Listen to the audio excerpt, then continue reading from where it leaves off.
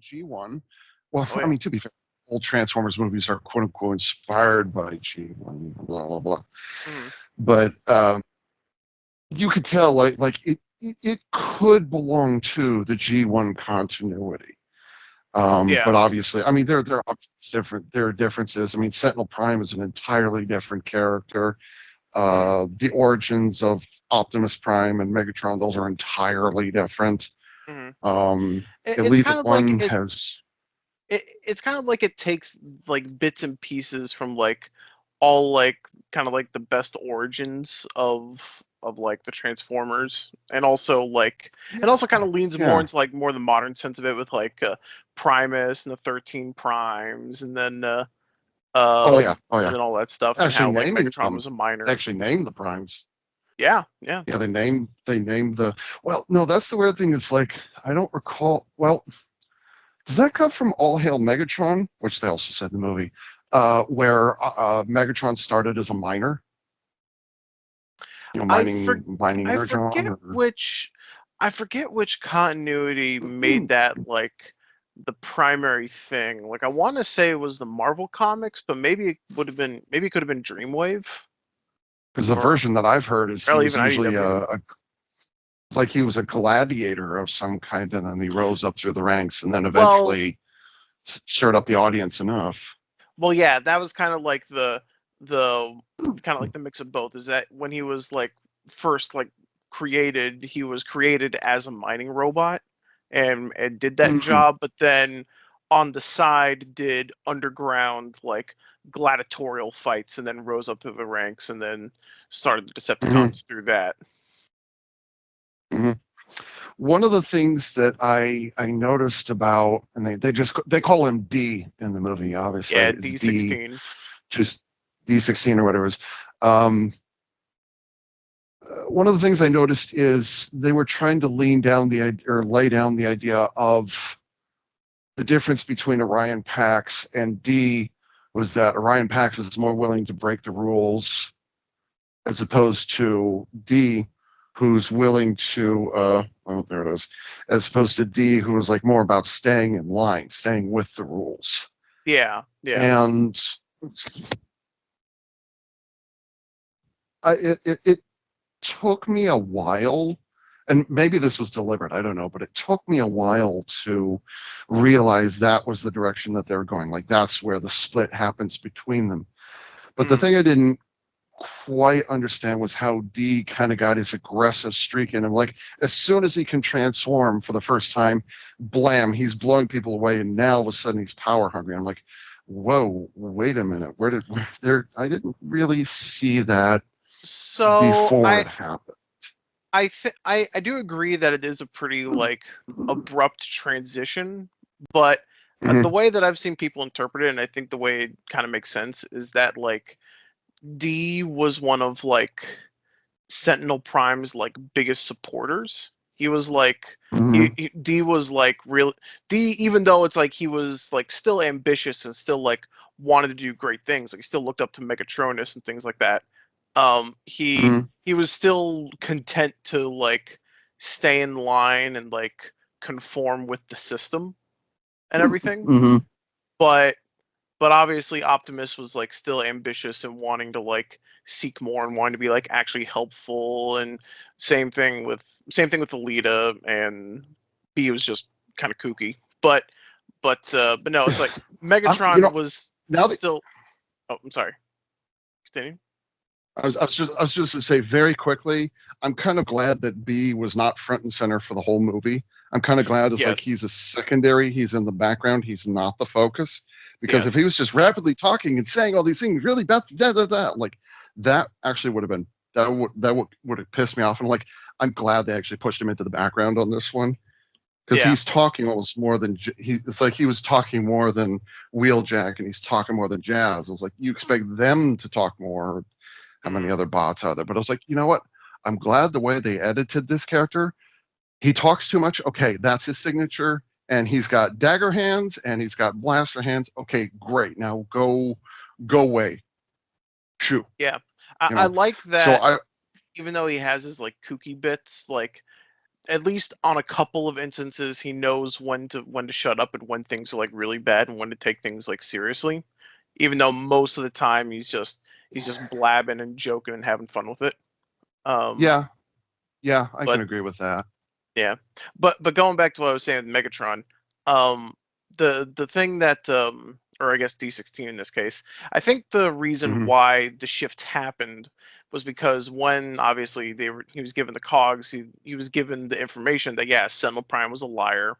Sentinel Prime was it portrayed the primes, these figures he looked up to, and then pretty much portrayed all of them. Um, and since Megatron was, or since D16 was so like comfortable in the system, seeing that everything was a lie and that it was all pointless, shattered his world harder than the rest of them, which is pretty much why he went like, which is pretty much why he was like more aggressive with it. He was just like, nah, forget the primes, forget Sentinel, f all this. He deserves to die. The system deserves to crumble. No more being. Yeah, but that's the thing is like there's no indication it's not that Megatron is a natural born leader. That's not where I'm going. But it's more like where's the motivation to establish, shall I say, a new world order? I don't see that happening. Well, that's Like the thing. I when it don't think comes to Megatron wants to establish a new world order. I just think he wants to just tear everything down. It's like he doesn't care but about bringing anything back. He just wants to well cause destruction. This whole system yeah, is a but lie. then This whole thing's bad. Break it. once he gets it, he just keeps going, and becomes the very thing that he was fighting against. Hmm. Exactly. And And that's kind of the tragedy just, behind it. I don't know. I Up mean, in I the do car agree with, it is an abrupt transition, but yeah. mhm. Yeah, and like, I'm kind of wondering if like, if they make a sequel, I hope they do.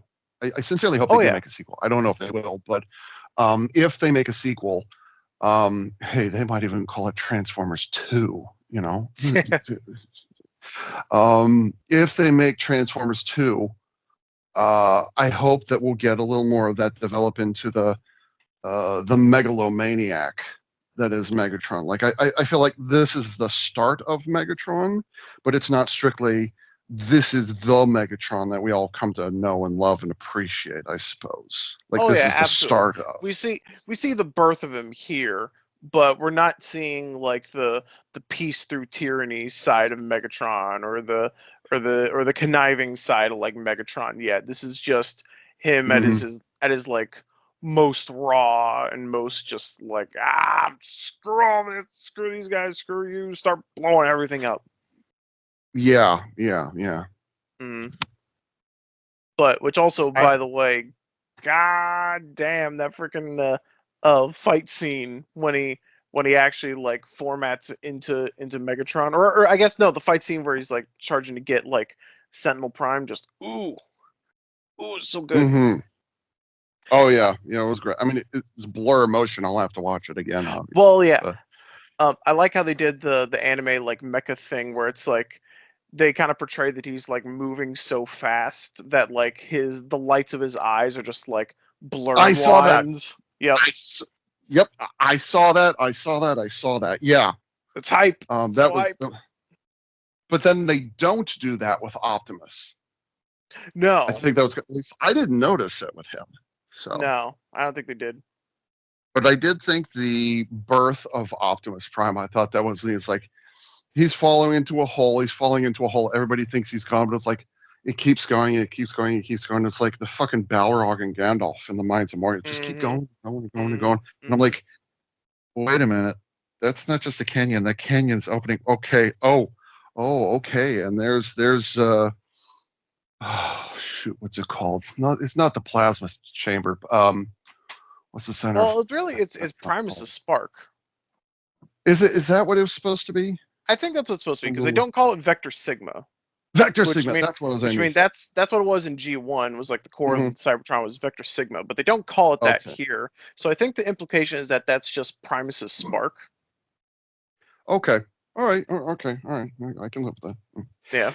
I thought it might have been like in hindsight. I thought it might have been like, oh, it's just Energon, just Mm, reformatting him, and somewhere in there is Primus. So mm. I mean, who uh, knows? Maybe if they do a Transformers 2 and they elaborate on that more, maybe they will call that Vector Sigma. But they I didn't. don't. They didn't give it a name in this movie, so I think just the implication that it's Primus's spark.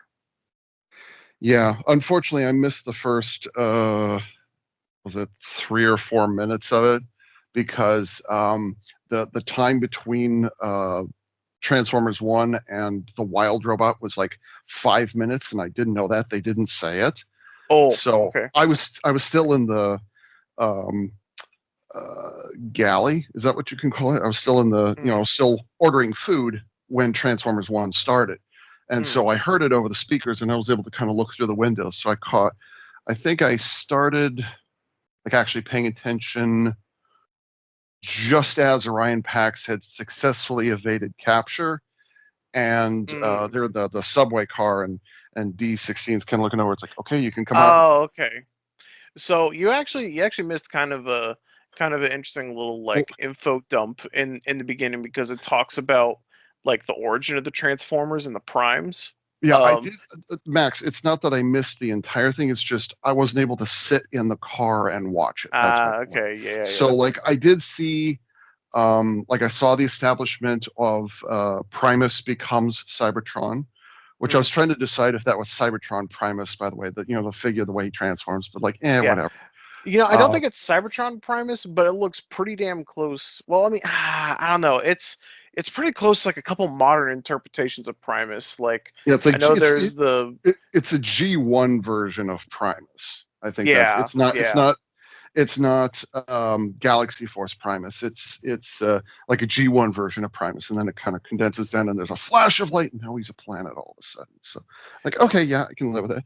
You know what it kind Um, of looks like is it kind of looks like this actually no, I think they got inspired by the Dreamwave version because it looks a lot like that and like this third party Primus toy that came out like not too long ago. hmm. Hold on. Let me send a couple pictures of it.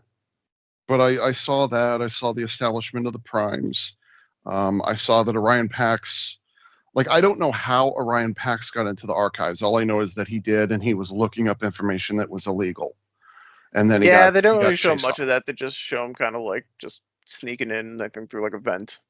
Right. So yeah. So I saw some of that, and I heard some of that. Yeah, I know that picture. Yep, I know that one. A big old scorpion tail for no reason. Mhm. Yeah, I've seen that picture before. What's the other one? Oh, that's nice. Oh, that's an actual. Okay. Yeah, Hmm. it's pretty good This surprise figure. this is this is so wrong of me to say, but this looks like a mini con. Kinda. This looks like a mini con, just like I it's like a foot tall mini con. I What get it it. looks like. I get it. Hmm. But But Jinx, yeah, yeah, I mean the G1 aesthetic is on full display. oh yeah. But there's also, um, I think there was also that the Bumblebee slash Rise of the Beasts aesthetic, which everybody gravitated much more towards that. There's not a hint, there's not a nothing of Bayformers in this. Oh no, there Uh, there there is absolutely no hint of Bayformers at all in this. But I don't know if it really falls along with like the Bumblebee Rise of the Beasts aesthetic either, because it's like with Bumblebee and Rise of the Beasts, they were definitely like it's like they were wanting to go more G1 focused, but they just couldn't fully let go of their like Bayverse origins, so it was like yeah, yeah, G1 with like Bayverse level like detail going on for it. I Uh, agree. but with this movie, it's like it's not. They don't even have like any Bayverse at all. It's just like full, like modernized, like redone G1, pretty much. Yeah, yeah, I can live with that. I think Yeah. the only thing that uh, kind of scratched me as or struck me as odd, right, is I must be tired or something like that. Oh, don't fall over. Okay. The thing that I think about Optimus's design, not Orion Pax, but Optimus is he's kind of wearing a helmet, and then he has his face mask or whatever it is come over, and I can understand the G1ers pitching an absolute fit. Why doesn't he just always have the mask? Why does he have to have lips?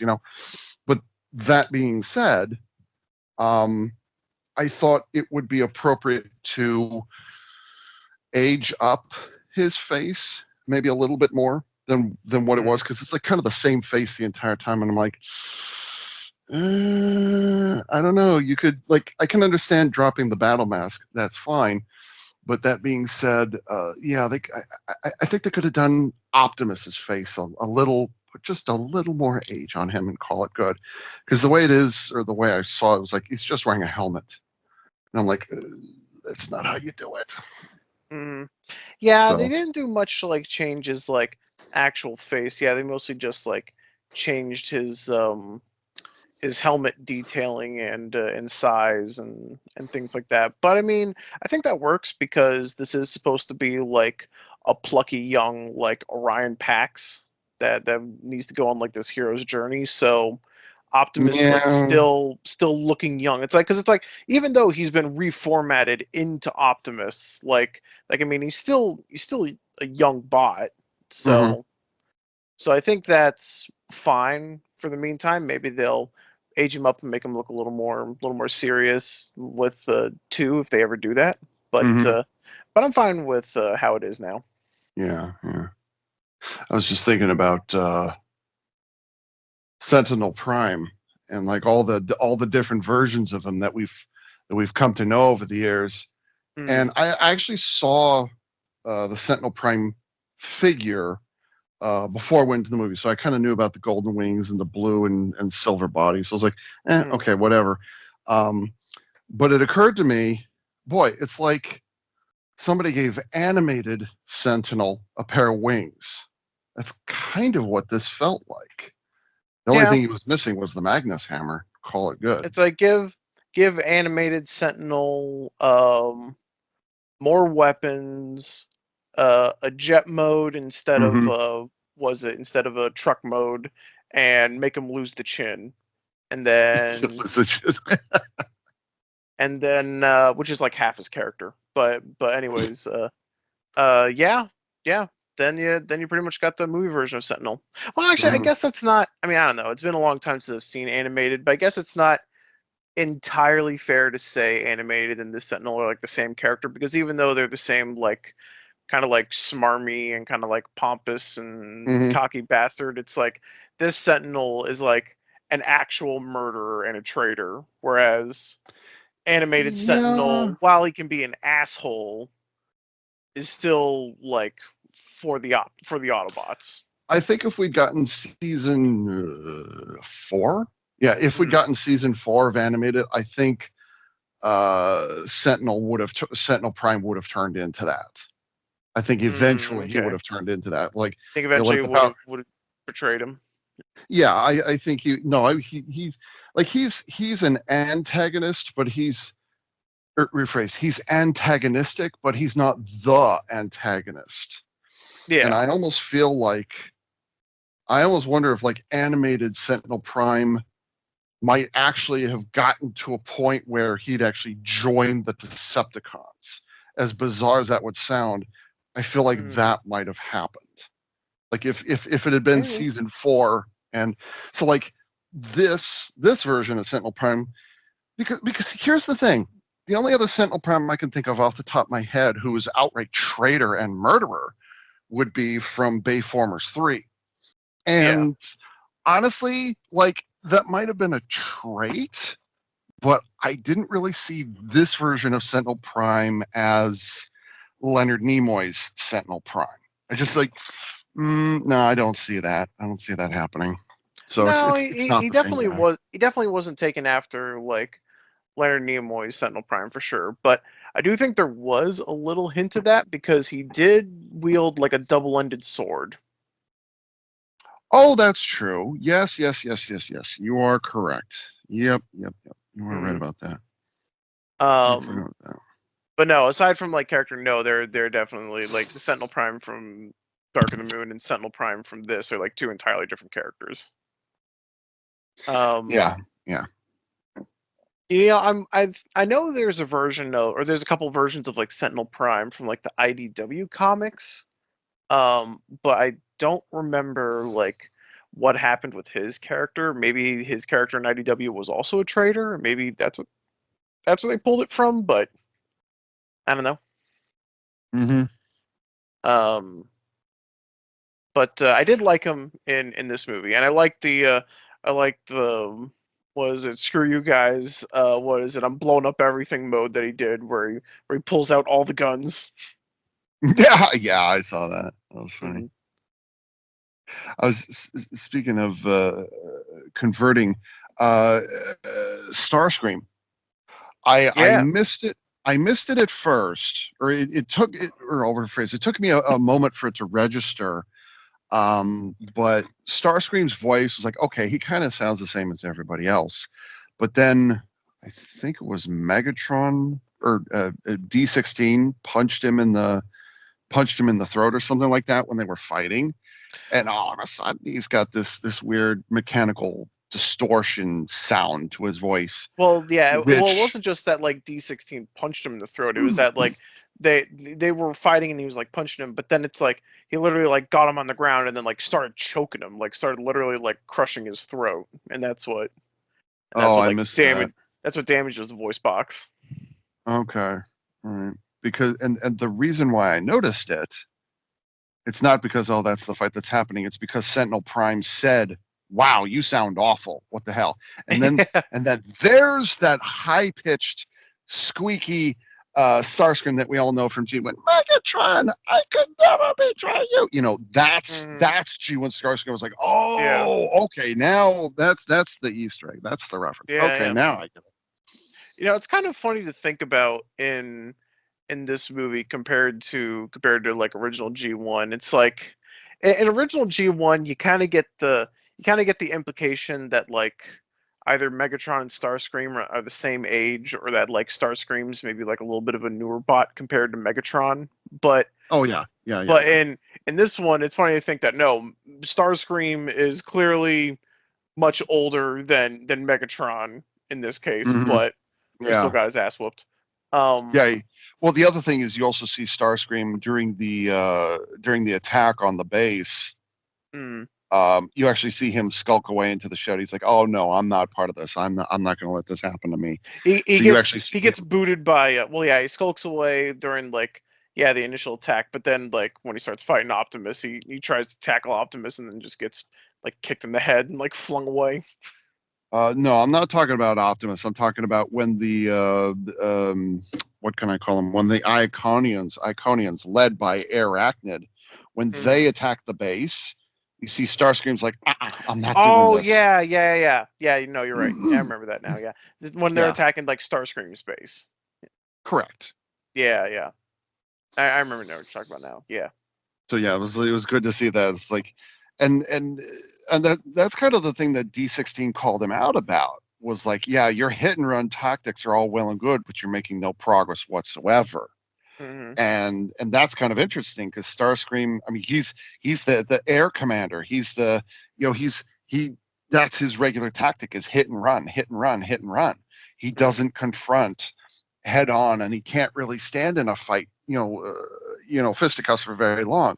And so Yeah. this is in line with what G1 Starscream is. It's like, it's not that he's a coward, he just uses different tactics. But then Hmm. when push comes to shove, Megatron absolutely kicks his ass, and you can understand why. Because those hit and Hmm. run tactics don't work against brute force. Hit and run Yep. is about, death by a thousand cuts kind of thing, and drawing it out.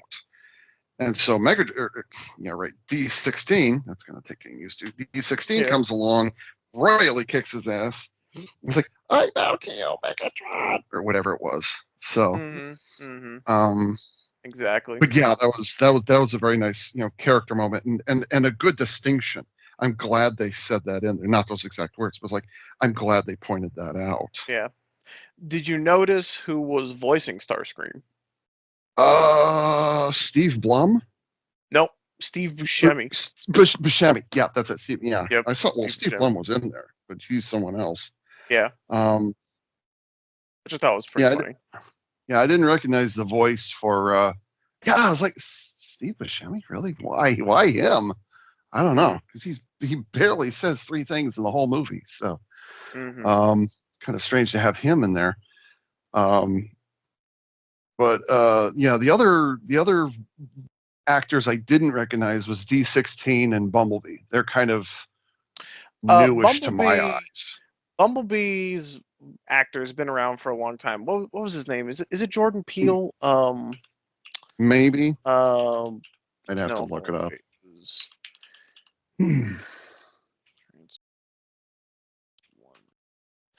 Uh, it was.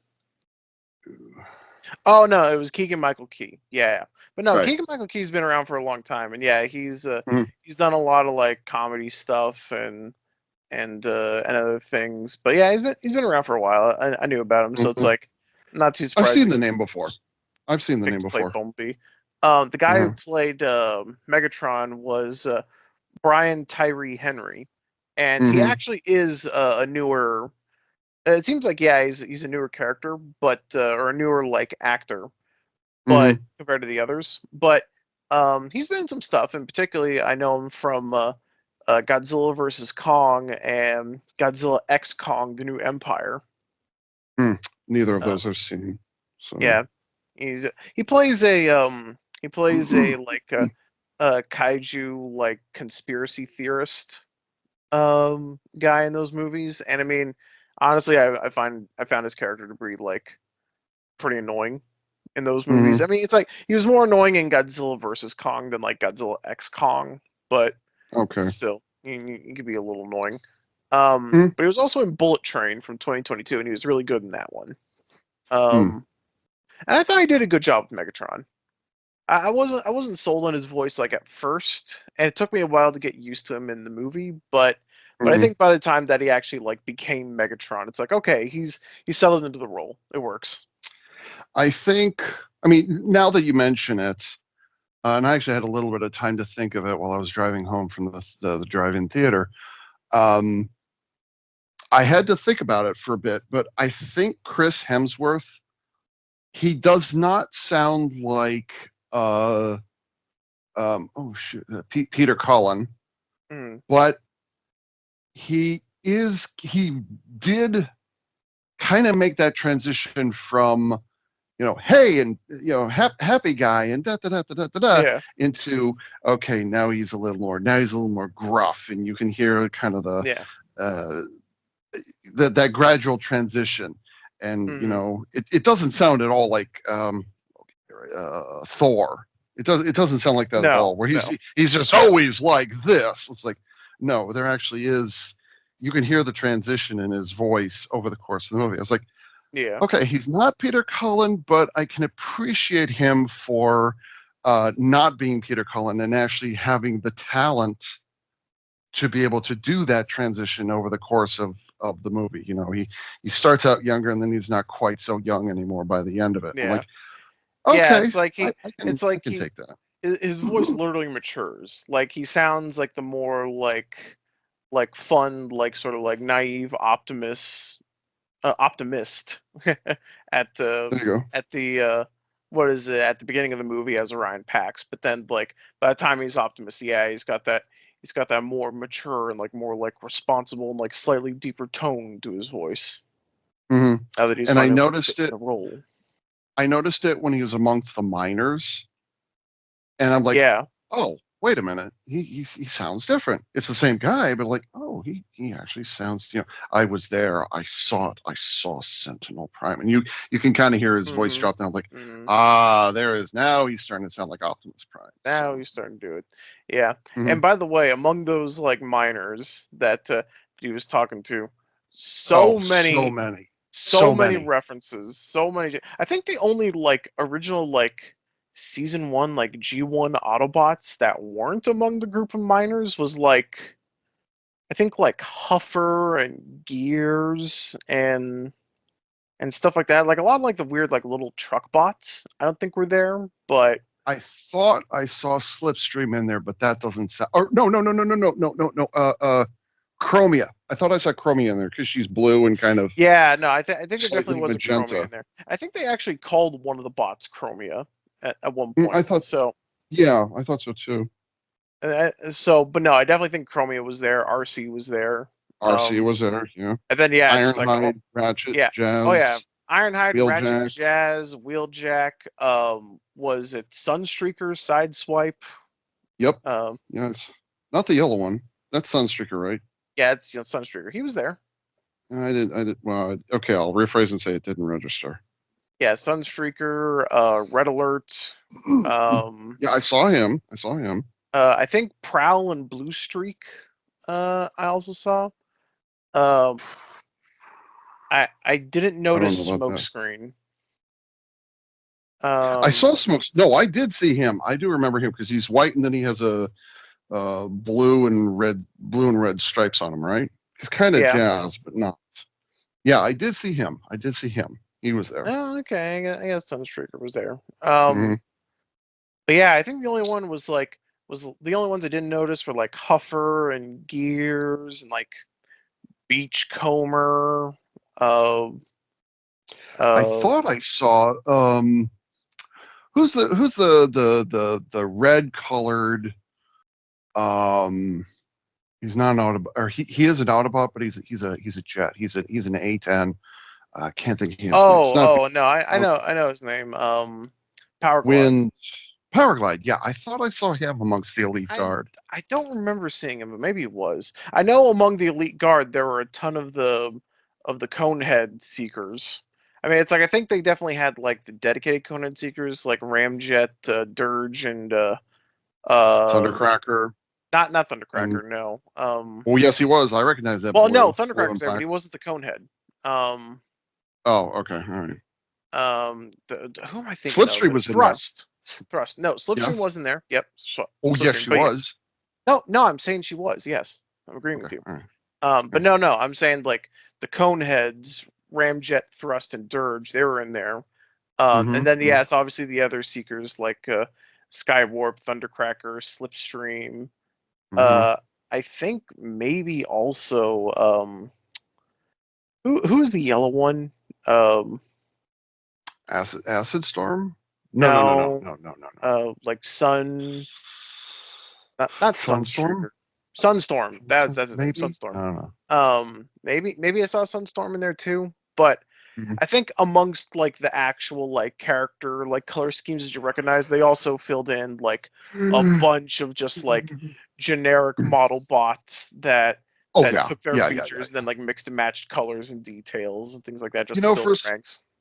there was a split second in there. I don't remember where it happened, but I would swear there was a Perceptor. Or no, no. Not Perceptor. Refractor. I swear I saw him. You know, purple and Maybe. silver. I swear I saw him at some point in there. Yeah.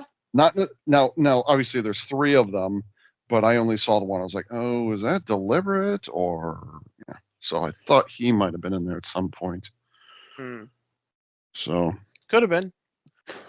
I'm sure there's someone who's going to do like once the movie comes out on Blu-ray or something, someone's going to do like an extensive like screenshot breakdown of like here's every single reference. And here's all the ones that might be references but are like in like such a awkward like corner of the screen and are in like such a thing that it's like you can barely tell, but maybe it's something if someone could tell. I don't know. But speaking of oh, go ahead, finish it. Oh no, that was it. Another thought. Okay. Speaking of me, just kind of as you're saying something, I'm thinking about something else entirely different. I really liked how they did the surface of Cybertron. Oh yeah. The mountains that move. I was like, this planet it's not static like Earth. It actually does morph and change over time. It is and like constantly transforming. Yeah, it's constantly moving, and yeah, it leads to the point where the trains have to avoid those what can I call them, land tsunamis? I don't know. Pretty much. Yeah. Those land waves. But that being said, I was like, wow, that's actually pretty darn neat. Just to see the landscape changing like that. And then as they go along, they start seeing grass. What is this? Oh, it's some sort Hmm. of biological crap. And then you see robo deer with the antenna that change color. And I'm like, wow, that's kind of neat. I was like, oh, that's where Soundwave learned to do that. Okay, all right, cool. Now, here's actually an interesting theory, and I want to see if you kind of got this vibe from me or from the scene as well. With Mm. the introduction of like actual like grass and like vegetation, like biological life Oh, I know where you're on the going. surface of Cybertron. I know where you're Do you going. do you think that was brought there by the Quintessons? Oh, um,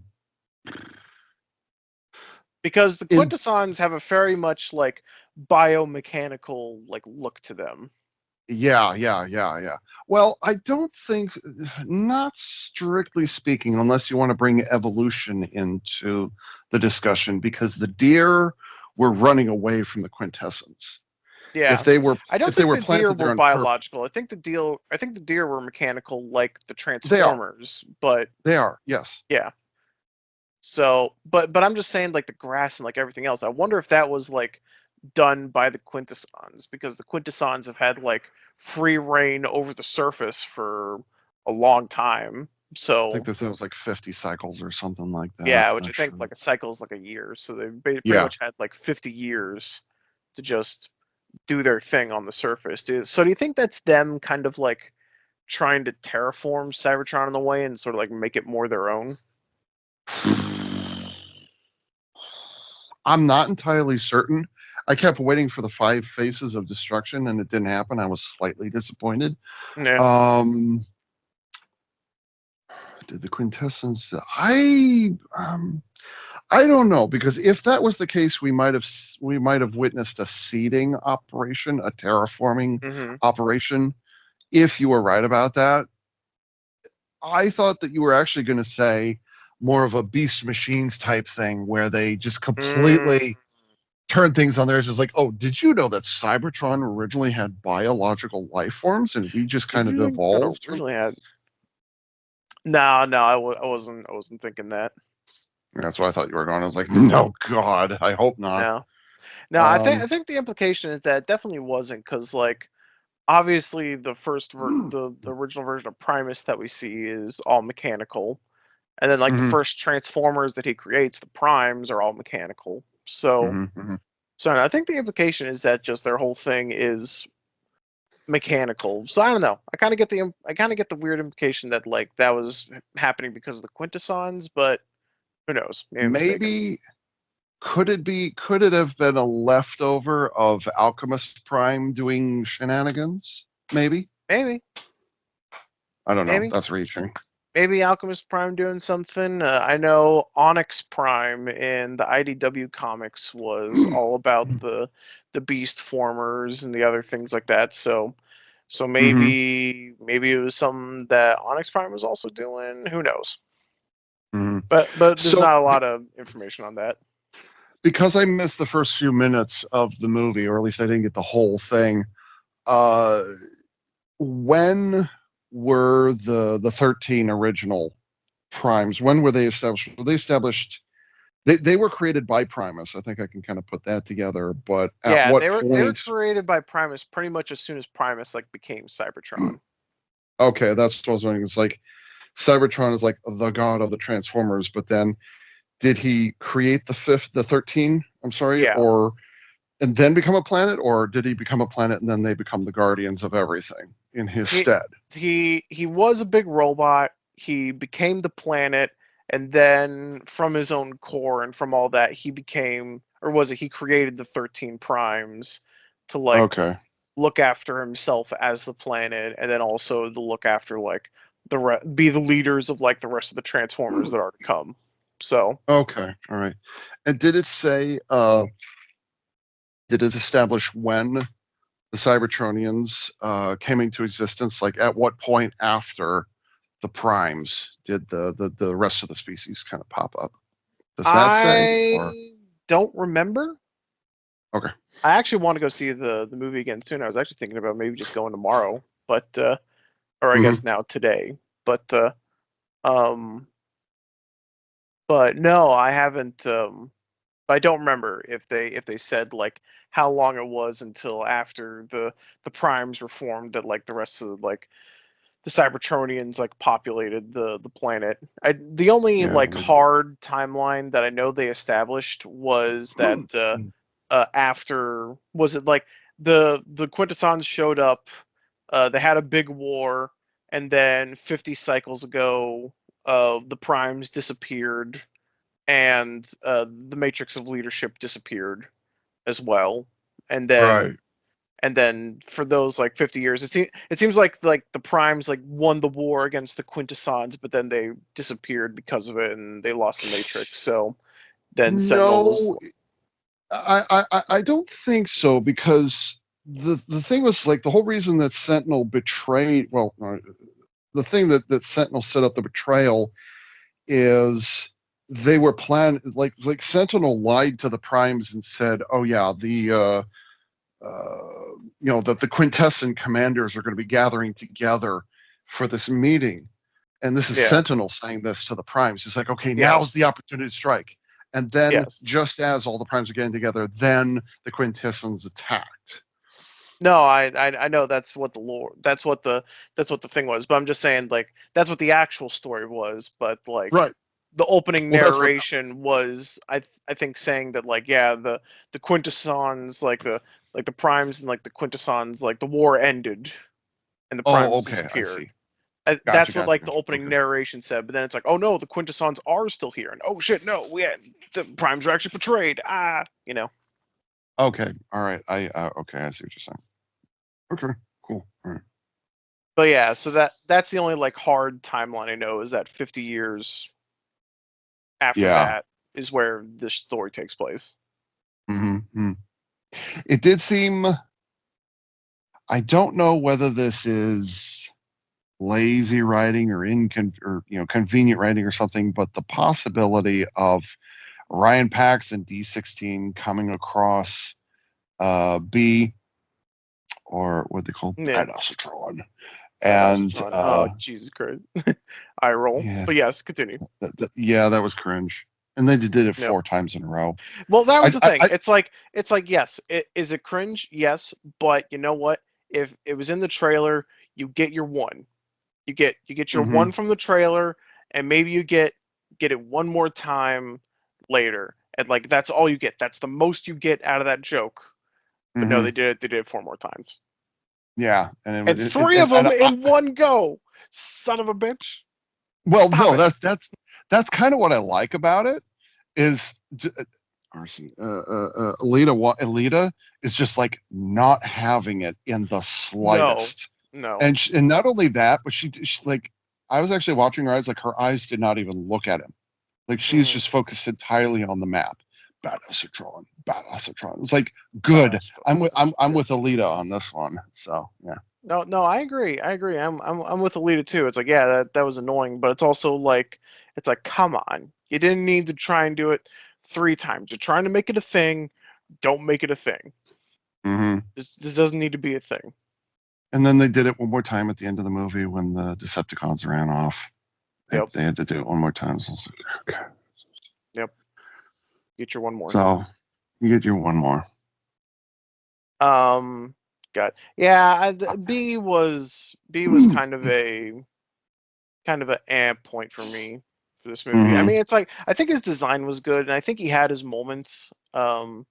That he had his moments that worked well, like when he figured out how to have knife hands, and like, oh my god, he actually like does not hesitate to carve up a bitch with with those blades. Oh boy. Yeah, he Um. carved up an entire room for no reason whatsoever. It's like, B, the door, you Mhm. press the button. They're on our side. He The door he was bites. already open. The It room was was all. already ruined, wasn't it? Yep. Yep. Yep. Absolutely. Yep. But he bisected a drone from groin to top of head. Yes, he did. Yes, he did. It's like first kill. It's like oof. That's brutal. Good job. He's bloodthirsty. Yeah. You know, He I wasn't gotta even. say. Hmm. Oh, I'm sorry. Continue. He's bloodthirsty. Oh He yeah. just didn't. He just didn't realize it. He's the next Megatron. He's bloodthirsty. Honestly, one of the twists I thought they were going to do for this movie, just so that they would like tie it into like the Bayverse stuff just a little bit, Hmm. was like they would make Bumblebee like the super talkative, like chatty, like funny guy like he is in the movie, but then Hmm. to tie it Take in away with his the voice at Bayverse the stuff, last minute. take away his voice at the last minute. You just took the words out of my mouth. I was just about to ask you, do you think they'll do that in Transformers 2? Maybe. Maybe they will if they still want to have that like slight thread of like maybe it's still connected to the continuity, but But here's the thing. Here's the problem with that, though. Having a mute Bumblebee, the only reason that works is because he's able to communicate through the radio or buzzes or whatever it is. Because here's the thing: Bumblebee being mute is, well, kind of, is now a character trait. That's now built yeah, into him because of Bayformers. yeah, Now they didn't do it in animated, but they did do it in in Prime, Prime. because Prime Yeah, was and post movie. yeah, yeah, it was supposed to be. Yeah, Prime was 2008, 2009, something like that.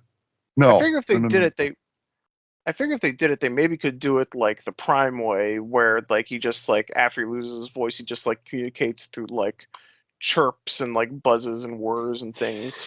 But But then you have to have somebody translate for him. pretty much, So yeah, and that, like, when they did that in Prime, that was just because, like, okay, he didn't talk in the movie, so now we're going to do it in the show. But yes. they did kind of give up on that because at the end of Prime, goddamn, fuck was his name? I know the name. Uh, Adam, no, what the hell's his name? They got the guy in. He was one of the Power Rangers. I can't think of his name. Oh, Johnny Um, Young, Johnny Young. yeah, then they Johnny Young Bosch, how do you say his I name? Then think then they bring. Isn't he the one who did the voice for Bumblebee for like 2 lines at the end of Prime? I Or am I thinking thought of this? Am maybe I thinking of RID, Prime RID or whatever? maybe RID. What was it? Transformers Prime.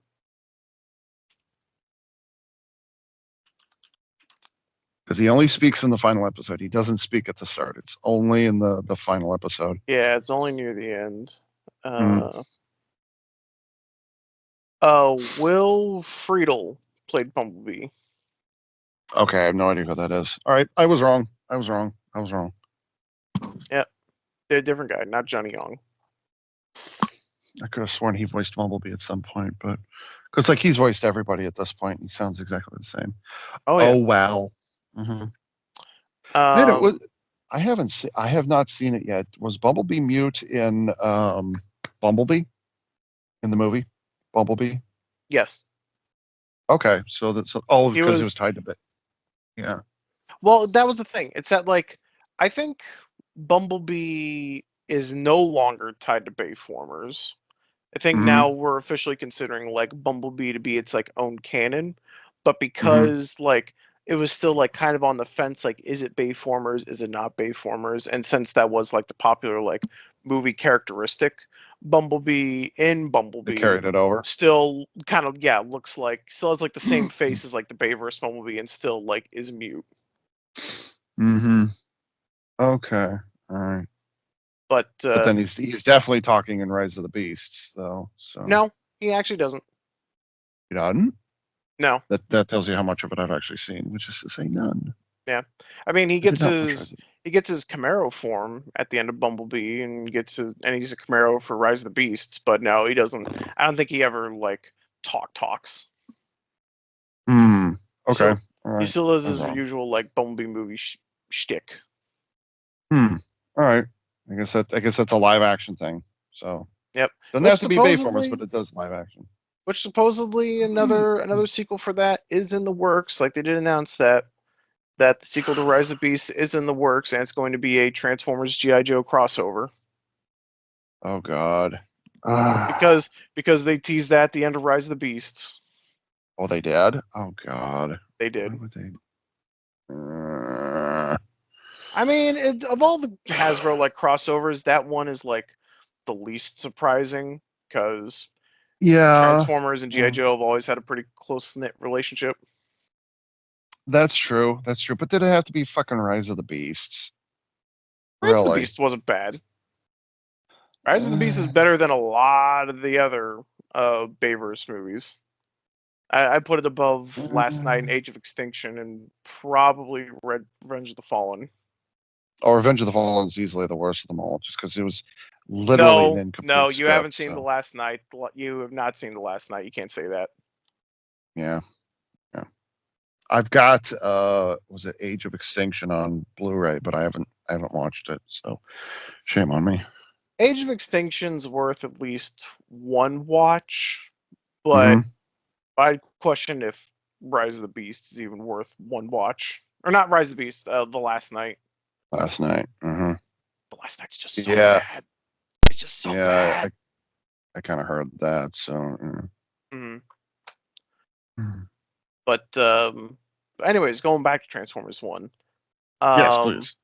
Some good Transformers for a change. some good Transformers. Well, a negative thing about Transformers 1, and I want to hear your opinion on it.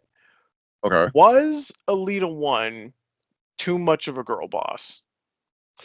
I was watching for that, but honestly, I think the only time where that became an issue is when she snatched the map away from Orion Pax, and she's like, I'm going to, I'm going to hang on to this, and if you're not, if we, whatever the hell she said, get to the end of this thing, and it turns out it's not worth it, I will kick your ass or something like that. And it's like, Mhm.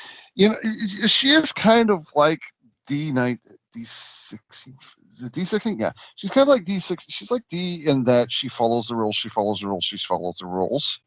She follows the rule. Well, it's Um, like she's like D16 where she follows the rules, but she's also like Orion in the fact that even though she wants to like strictly like follow the rules and like follow the system, she's very mhm. ambitious to climb the ladder. She's not Yeah, she's not content yeah. just staying a minor. It's like she wants to like get her cog and be it like be on the surface and be outside of like these like hard labor jobs pretty much. I might have missed that part of her character development early on, so Well, I might have missed that part. So, yeah. I don't know if it says that she wants to be like on the surface, but she definitely like wants to climb the rungs because like she was when we first get introduced to her, she's like super excited, super raring to see like, okay guys, hop to it. I need to get this promotion. We're almost at our quota. Come on, get on with it, get on with it. I don't want you guys screwing up anything. And then of course it screws up and it's like she's immediately like demoted to waste management. okay, all right. So So, she's kind of a but blend of the both of them. yeah, so in terms of being a girl boss, this was not a movie where I was thinking about that particular aspect of Hollywood making these days. The thing that they're pushing so Mhm. hard. I didn't have to worry about that. If she wants to be strong and she wants to become a boss or whatever it is, that's great. Mhm. But in terms of like, she does get beaten up, she does get knocked around, she does not. A girl boss in Well, Hollywood these I think days. the part of it that makes me ask like was she too much of a girl boss? And I think the part that annoyed me the most was Mhm. her like pep talk speech to Orion Pax.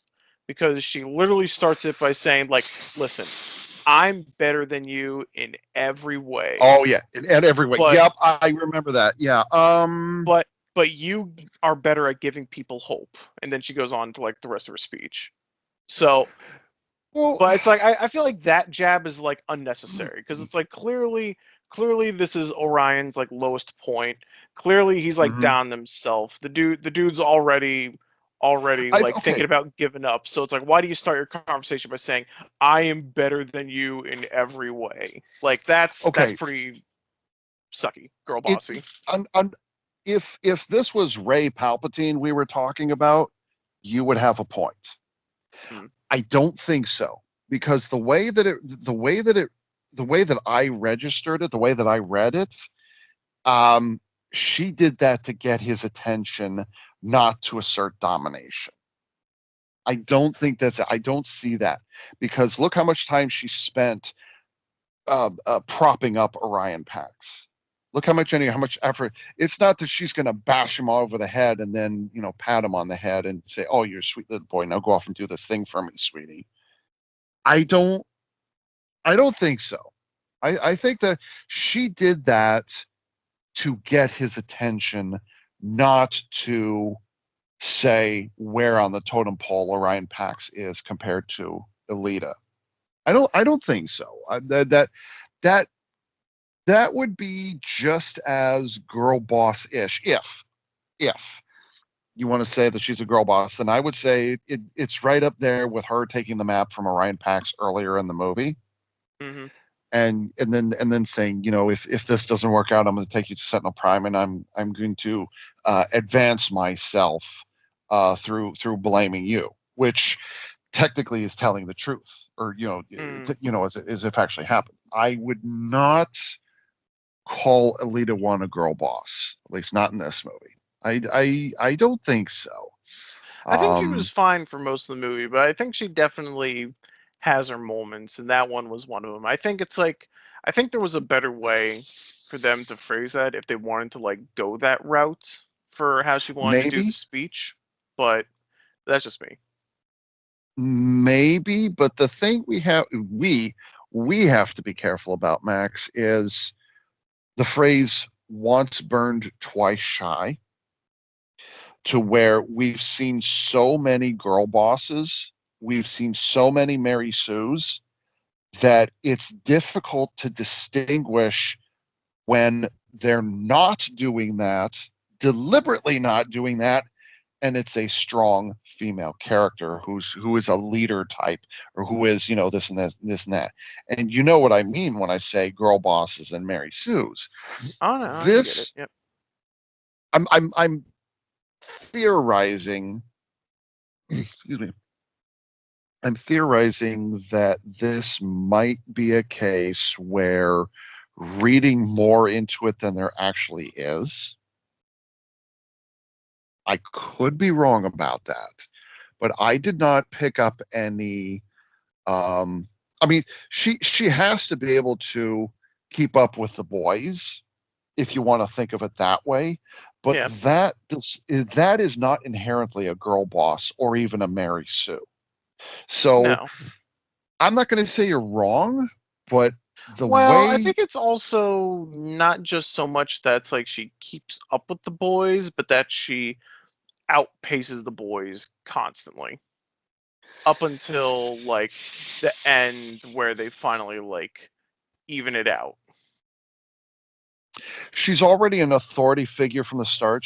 I mean, you said it yourself that she wants to rise to the ranks. So you have Yeah. to be a leader type character in order Yeah. to do that. You have to show assertiveness. You have to show that willingness to follow the rules, and then willingness to advance yourself. It may not fit the trope of a girl boss, but she is attempting to become. She wants to be a leader. She wants to be an authority figure, and she's working her way up the ladder. Mm. She's following the rules, doing it the proper way, and this Orion Pax and his silver colored bullet buddy are keep getting in the way of that. And then they have to Hmm. add this fast talking yellow bot who's just only making things worse. Hmm. I wouldn't call that the tropical girl boss. I don't. Yeah. I definitely think If if she is a girl boss, I don't think she's like a really bad one like the ones we've been seeing like in the most of last the six time seven like years, 6 7 years. Yeah, she's mhm, not a Ray Palpatine. She's not a Rings of Power Galadriel. She's not she's not whoever that Mikey Spock. she's not Mikey Spock. She's not whoever that character was from the Acolyte. Which one? Yeah, both. Yeah, But that one. but but yeah, so she's not nearly as bad as them for sure. But I Hmm. definitely think there's a little bit of modern girl bossing that got leaked into her character. Would Not bad, but I think Okay. it's a little present. Would you think that she's instead more of a? Well, no, this isn't. Would you compare Elita 1, or just Elita, to, say, Sarah Connor or to Ellen Ripley? Or, I'll take it one step farther. How about Leia Organa? Mm, maybe so. Because Sarah Connor nowhere was a waitress when we met her. She's a Yeah. freaking waitress and whatever, and very tender and sensitive. And I'll never forget. The Terminator has revealed itself, or she knows the story, and now she's actually seen the Terminator kill shit. And there's this part where I think there was like a car crash. It's been a long ass time since I've seen the Terminator, so forgive me. The very first one. Um, but it seems to me there's a moment where uh, the they put a pipe bomb into the Terminator, or into one of the Terminator, and the car that they're driving in explodes or something like that. And just when they think that the Terminator has been defeated, lo and behold, it comes out, and it's the flesh has been melted and burnt off, and so now you see the exoskeleton, right? And there's this moment where Sarah Connor is like, or she turns to Reese, she's like, Reese, get on your feet, soldier. Your job is not done. Get up here, get up right now. She's trying to get him going, get him moving. Well, that if the Terminator came out in 2024, would we be calling Sarah Connor, waitress Sarah Connor, a girl boss because of that one moment? You're terminated, fucker. Can that kind of comparison be made? No, I definitely think that comparison can be made, and I definitely think you do have a point there, because I've heard other people like make similar points. Like one of the more recent ones that I heard was someone talking about what is it, the not The Shining, what was it? It was, oh, sorry, Silence of the Lambs. It was talking about that movie, and about how people would have might considered like that movie woke if it came out today, Mhm. just because of like how Clarice is portrayed, and how like the rest of the men like around Clarice, and in the film was purposely like designed that way to show that Mhm. like that there's sort of like that the men consider themselves like a higher authority over her, and kind of like But look down to her. but but that was all that book, which the movie is based off of. I've never read the book and I've never seen the movie. That book was written at a time where women did sincerely have to struggle against their male counterparts, against male chauvinism. This is where second wave feminism came into play. Hmm. Anything you can do, I can do better. I can do anything better than you. No, you can't. Yes, I can. No, you can't. Yes. That's where that came from. Okay. Yeah. But what we're seeing, right, but the difference between that and a girl boss is, a girl boss is saying, I'm better than you, I'm And you see, dominating that's why that line rubs me the wrong way with Alita. Now, you. Mhm. do I think Alita is like a bad is like one of the bad girl bosses? No. And maybe it No, was just a case where that line that she gave to Optimus was could have been handled better, maybe just rubbed me the wrong way. But literally her speech to Optimus starts with, I am better than you in every way except and for if this you one way. It's like that's sort of like the stereotypical thing. It's like, oh yeah, it's like that's what they say, that's how they act, you know. if she had not spent the rest of the speech building up Orion Pax, excuse me, I'm sorry, if she had spent time like saying, I'm really good at this and I'm really good at that, but you're only good at this one thing, but now let's get back to me. If she had done that, then you would have had a point. Then it's like, okay, now I see it. But again, the I'd probably have to watch. I'd have to watch the pep talk again, because but just like first impression, I mean, I saw the movie almost 2 hours ago at this point. Hmm. Um, and it's also 1:12 a.m. So, bleh. Yeah. But yeah, just the way that it registered for me, and I'm probably repeating myself at this point. I didn't sense girl boss. I saw this is somebody who is attempting to be an authority figure, isn't, but is attempting Mhm. to be.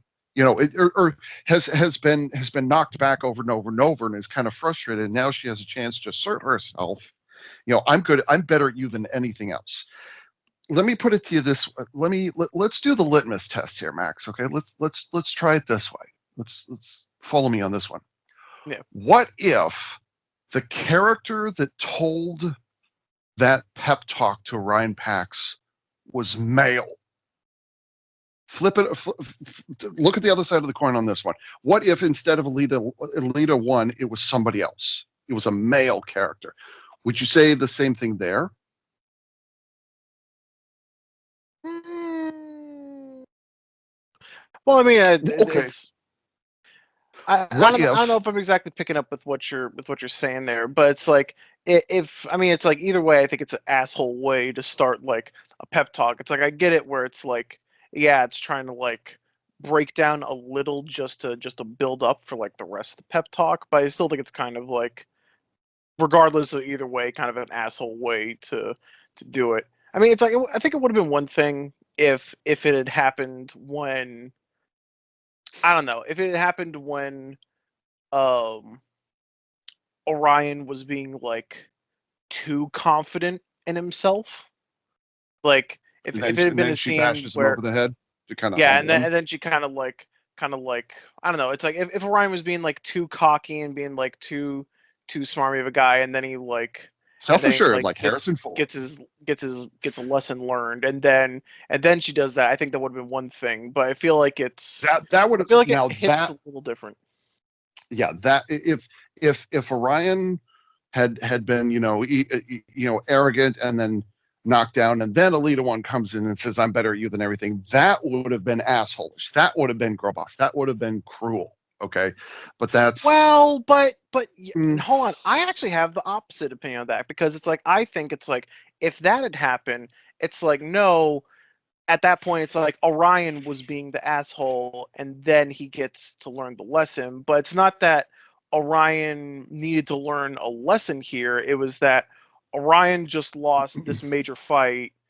He was at his lowest point, mhm. and he seemed like everything was hopeless, and then you start your pep talk to bring up this guy who seems like everything's lost with breaking him down just a little bit more before prepping him up. That seems more assholish to me than a guy being purposely assholish, learning his lesson, and then becoming better because of it.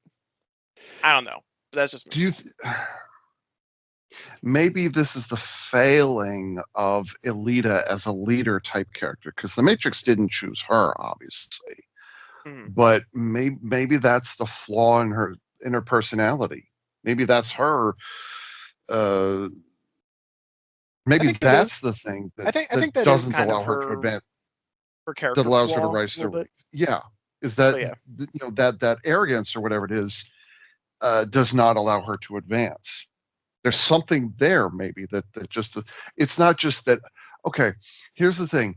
If Elita 1 was trying to advance and men kept screwing things up and she kept getting knocked down as a result, you might have a point.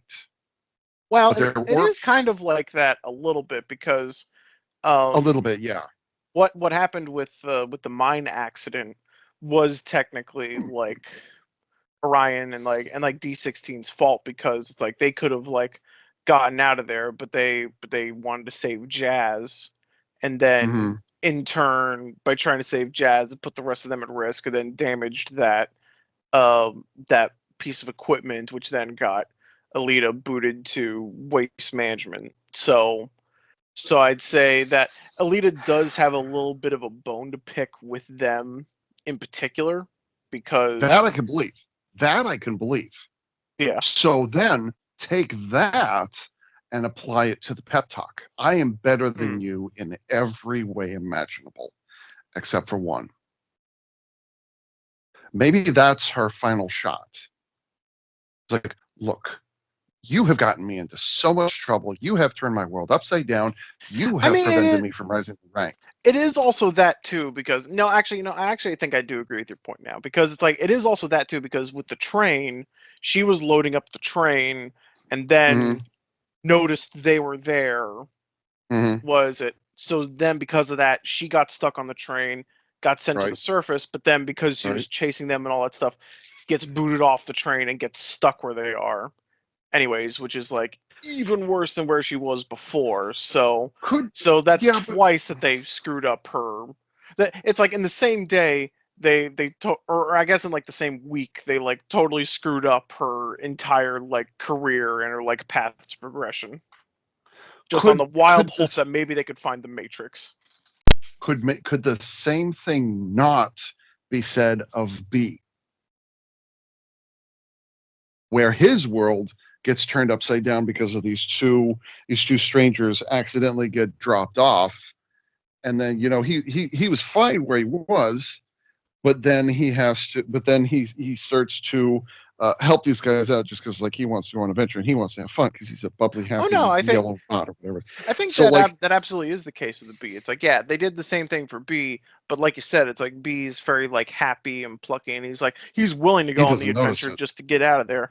But Elita definitely is not willing to go on the adventure because she was forced into that situation. Okay, but does that make her a girl boss? That's the question for the courts. And I'm starting to lean more now that we've been talking about it, now we've been dissecting it. I'm starting to lean now more towards a no. Because yeah, it's like was it they screwed up her last job at the mine, they screwed up her waste management job, and now they're sending her on a possibly wild goose chase. But I mean, still a little understandably like frustrated with everything that goes on. So it's like, right. I guess now, in my opinion, no. I would say Elita is not a girl boss, but I'm still of the opinion that at the beginning of that speech probably could have been phrased differently. I don't know. It didn't register as girl boss for me. I wasn't thinking that. It's like, yeah, she's attempting to be an authority figure, and this asshole came along and wrecked everything for her, not once but twice. She has to get her shot in. But keep in mind, if she wanted to be okay, here's the thing: if she was trying to be a girl boss, regardless of whether this is Orion Pax is destined to become Optimus Prime or not, if the writers were trying to turn Elita 1 into a girl boss, she would not have given him the pep talk the way that she did. She would have dragged him. You come along with me, soldier, and we're going to go. And I will show you how to do this. That would be a girl boss. But no. You know what? I'm better than you at everything except for this one thing. And you notice that the change in her voice, the tone of her voice, she gets soft and she gets sincere. It's like, look, you are able to inspire hope. You're able to inspire people to become greater than they already are. A girl boss would not do that. No. And you're absolutely right about that.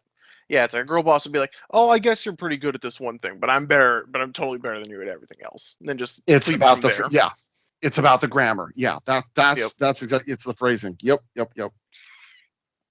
Now you're getting it. Now no, I'd have to I watch always it got again. it, but yeah, like I'll have to watch it again, but I think I'm starting to repeat myself at this point, but like I'll have to watch it again, but I don't see a girl boss. I don't see it. I don't see it. And believe me, I'm sensitive enough to. I'm allergic to girl bosses. So like, if that were the case, yeah. I mean, the last time I've had to confront a quote unquote girl boss, and then have to fight tooth and nail to say no, that's not true. And I know you don't want to hear. Okay, then I will shut up. Okay, so I will shut up. Like I've had to do this before. I had to do this 16 months ago. Okay, don't make me do it again. No, I know what you're going to say. I know where you're going with this. Okay. So, but good things about Elita. A couple things I thought were pretty funny were she's got long legs and a short torso. She do got long legs. Like her waist is too short. Like, it was weird. I think all the bots in this movie have that a little bit, except for B. B's pretty stocky in proportions, but I mean, it's like I think both like Orion and D16 both have pretty like short torsos and long legs, and you can especially notice it if you look at like the D16 like toy, and you can see like, oh, he's got really long legs. That's a toy, Max. That's a toy. You can't. Well, That's not I'm not the Studio Series toy is what I'm talking about, which tries to be okay. more screen accurate. Okay. All right. But no, what I was gonna say is that I do like how Elita-1 in that instance where they're like trying to convince like the rest of the elite guard to like go with her plan. It's like she punches Shockwave in the face and he's like, ah, my eye. Oh, my eye. She punched me in the eye. She punched me in the eye. And then they're like, why should we follow you? And she just like punches her fist and it's like, we will follow you. No, that was great. That was wonderful. I love that. That was great. That was pretty funny. We are not following you, Smack. Okay, we're following you. But yeah, so that was good. And also the fight between Elita-1 and Arachnid in the air was pretty great. The first thing I said to myself was, "Girl fight." Girl fight, cat fight. No, cat fight. Cat fight. That's what I meant. Cat fight. Cat fight. I gotta say, like, huge kudos to this movie just for like all of its fight choreography in general. Because my mom made the exact same comment. There's so much awesome fight choreography. One of the best scenes I thought was just like, why hasn't any other like Transformers show like done this? I just thought like, oh, that was great. Was when Optimus Prime grabs that one drone, or I guess he was still Orion Pax at that point. Was when Orion Pax grabs that one drone and then starts to transform and rips the drone apart by transforming. It's just like, oh, that's brutal. Yeah. I saw that. Yeah, I noticed. I was like, oh my god, is he transforming? No way. Mm-hmm. And it, like that's something. And there was also the time where like they're learning how to transform on the fly, literally, and be like. He kind of half transforms, but his legs are still sticking down. Yeah. And Well, no, it's like his arms are still up, and he's still like running on his arms. That's what it was. Yeah. Oh, that's funny. Okay. Yep. So no, yeah, that was. Oh my god, that was incredible. He actually starts. He's like mid transformation. Like, oh my god, it's like you don't know you need it until it's actually presented before you. It's like, yes, that's exactly what I need. Okay, I didn't know I needed that. No, that was great. That was amazing. Yep. And another bit that I thought was great was like during like the actual like Optimus Prime and Megatron fight. It was when like Megatron, I think, like transformed into a tank, like tried to shoot Optimus, but Optimus like grabbed the tank barrel, ripped it off his tank mode, and then like swung around and tried to smack him with it, only for him to reconnect it back onto his back and then shoot him again. It was just like, oh, what? Oh, that's good. Really? I missed that. Yeah, no. Optimus rips off Megatron's tank cannon, but then like he turns like, but as Optimus is like wheeling around to like bash Megatron with it like a bat, it's like he turns back into robot mode and kind of leans his back into it, so the tank gun like reattaches onto his back where his turret used to be, and then where it like kind of positions, it's like kind of like how in G1 Megatron, how he had like the gun barrel on his back. It's like it kind of positions itself that way, and he shoots Optimus before like reintegrating it back into his body. I'm just like, oh my gosh, oh, that's so cool. I would have to see that again. I do not remember that. I would have to see that again. Oh, neat. I'm looking at Studio Series. Is this Studio Series? No, this is MDLX Megatron.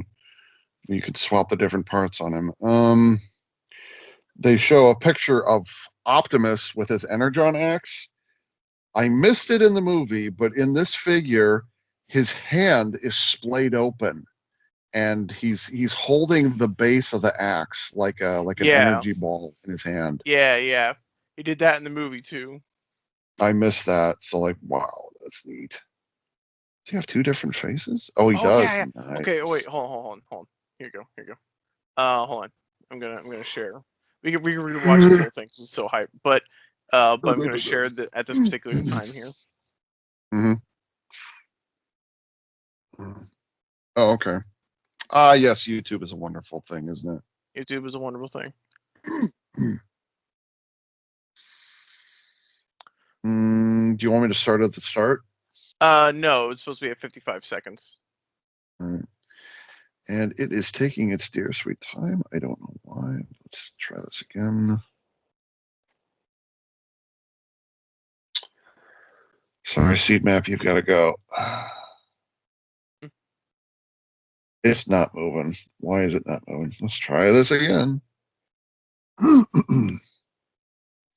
If you need to start it at 0, we can start it at 0. But No, it's just simply not loading. Oh, there we go. Finally. Good Lord. This was uploaded just 2 days ago. No. Go back to 55. Okay. Is this where he rips out the tank barrel? yeah. Okay. I'm ready. In 3, 2, 1, click. So see, he grabs it, rips it off, I see it. smacks it, but then look, he transforms and puts it back on. Oh! I completely missed that. Isn't that cool as shit?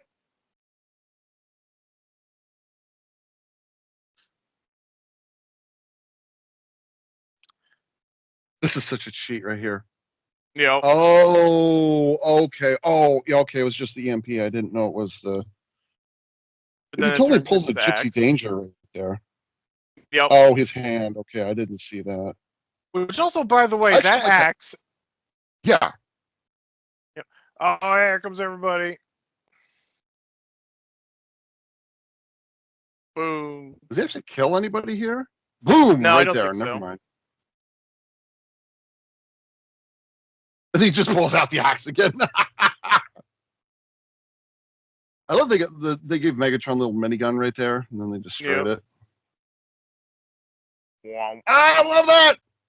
That was great. Ouch. Oh, it's so cool. It's so cool. Oh, that was amazing. It's That's so great. cool. Also, I'd like to point out that the axe here acts an awful lot like the Transformers Prime Star Saber.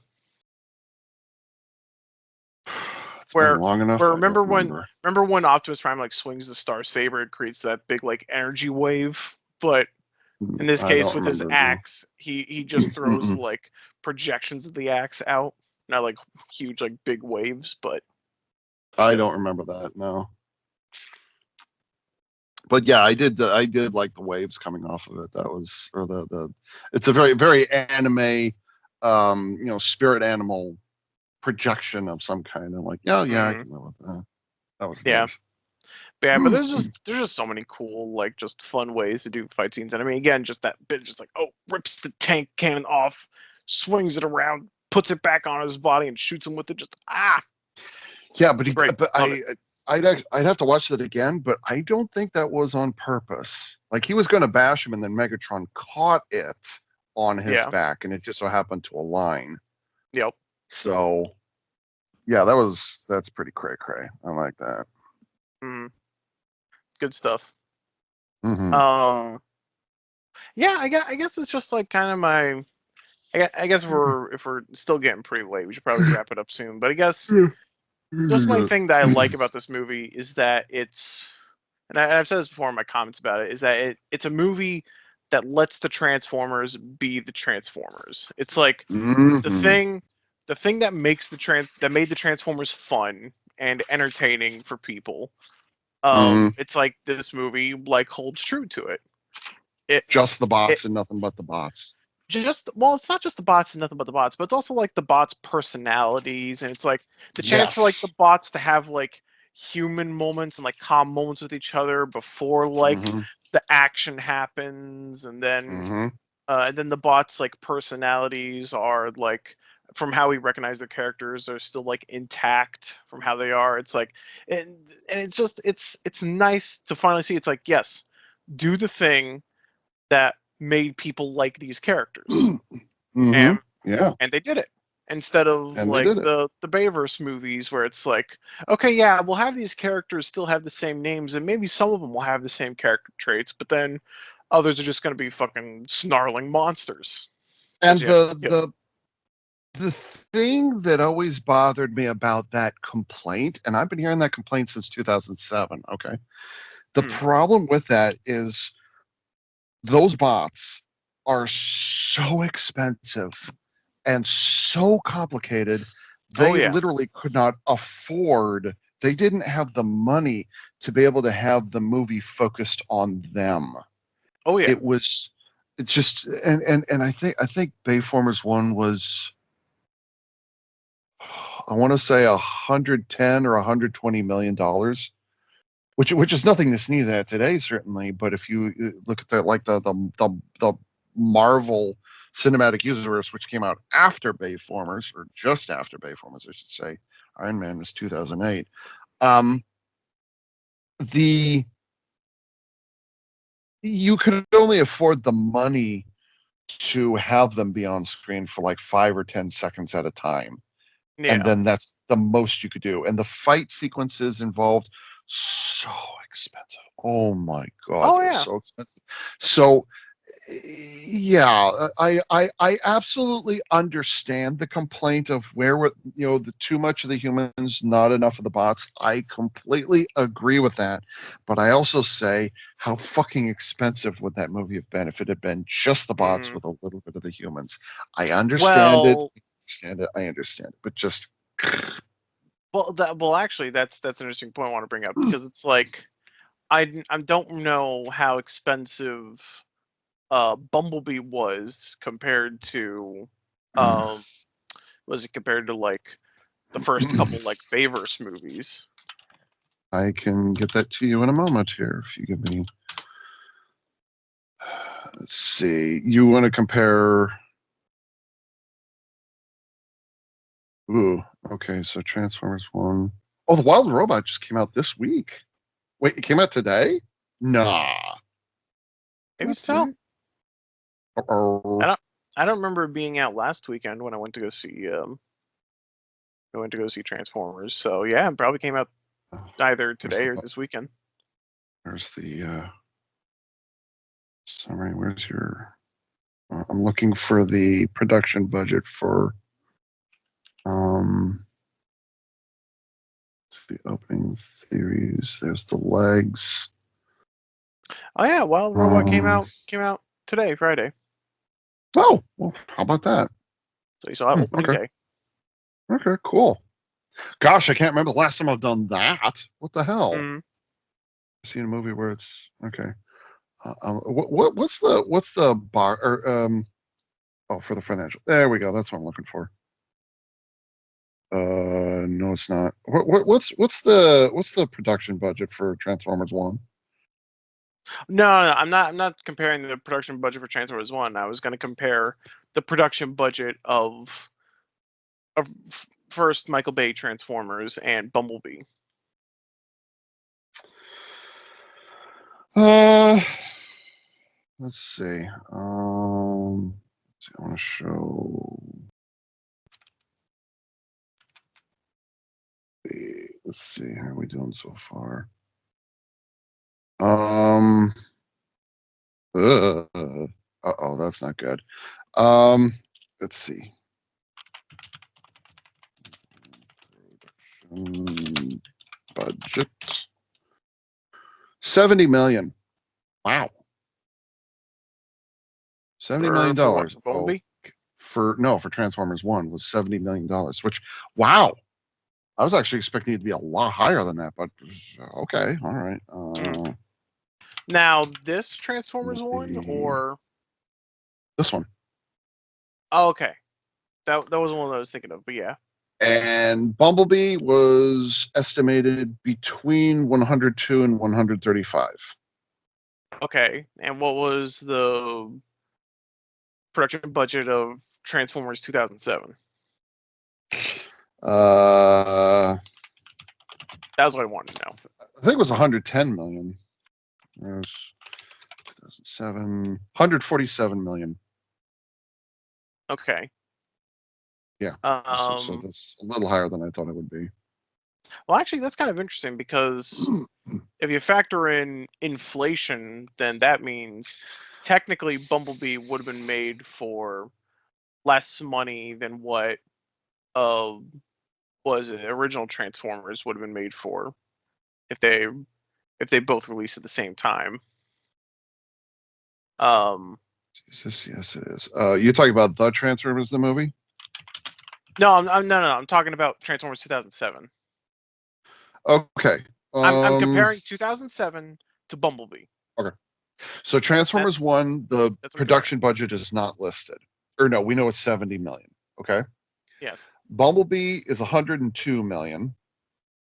Yeah. Transformers, or excuse me, Bayformers 1 was 151 million. Yeah. Now Okay. that's production budget. Yes, production budget.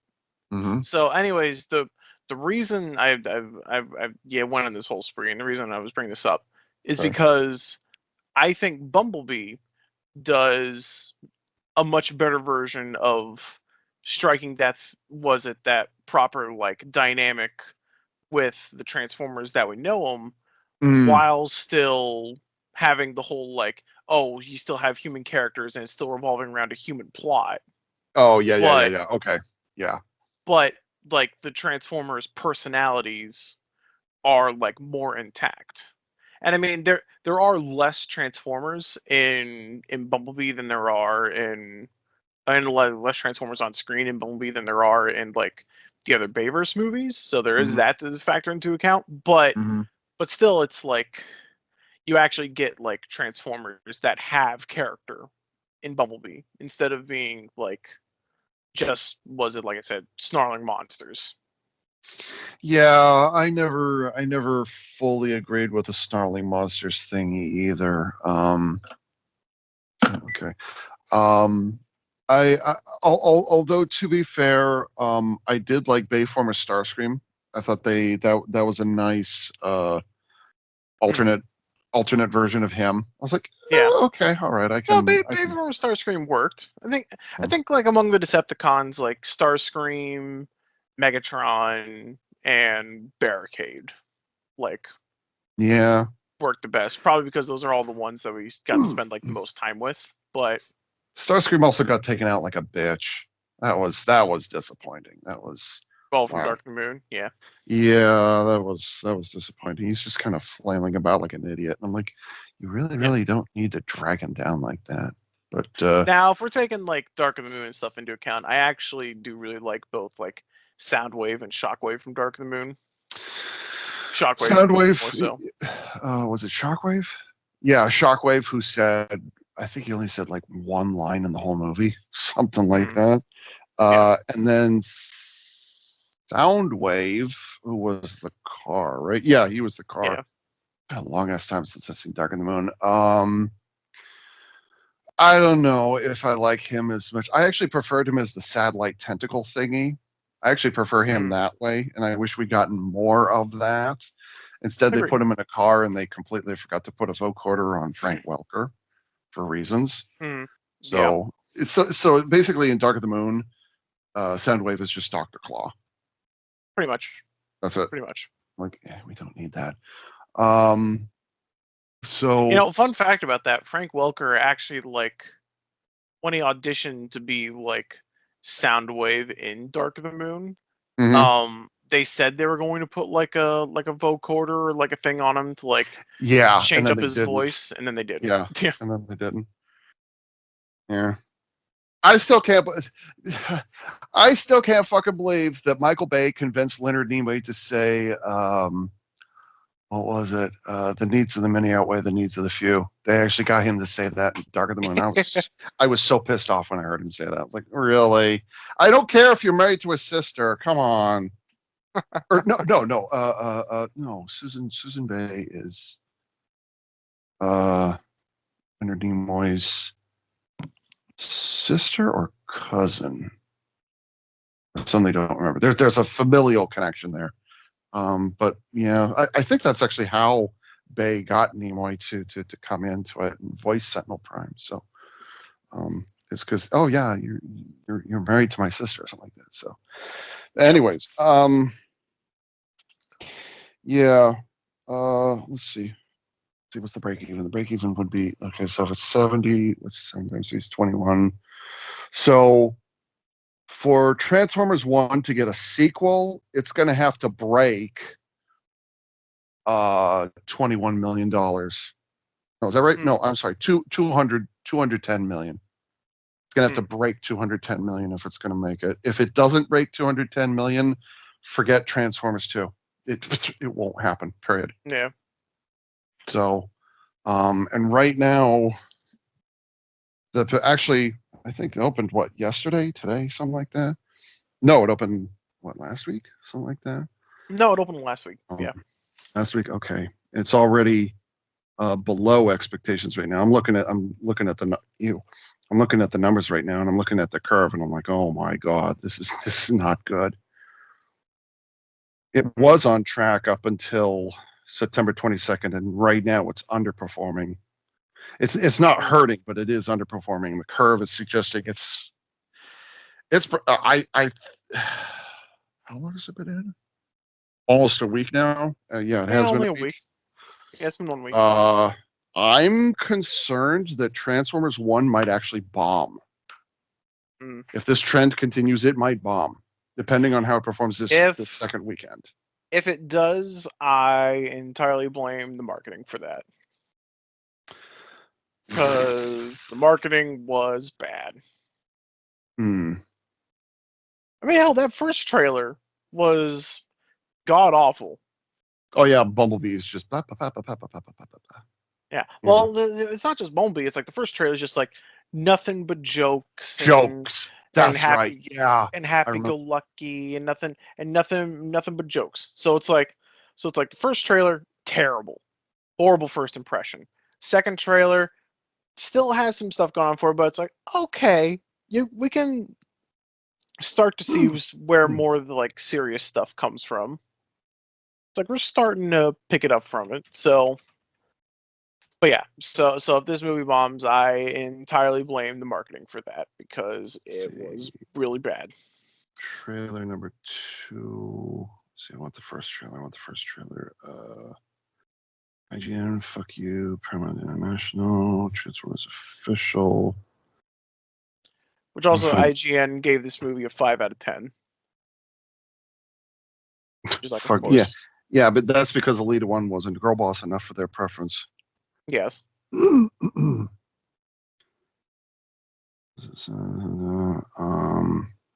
really want to find that first trailer. I know I've looked at it. There it is. Hasbro Pulse 302. Paramount Pictures. That's the one I'm looking for. I don't need that. Okay, and then I'll go back and look at the second one.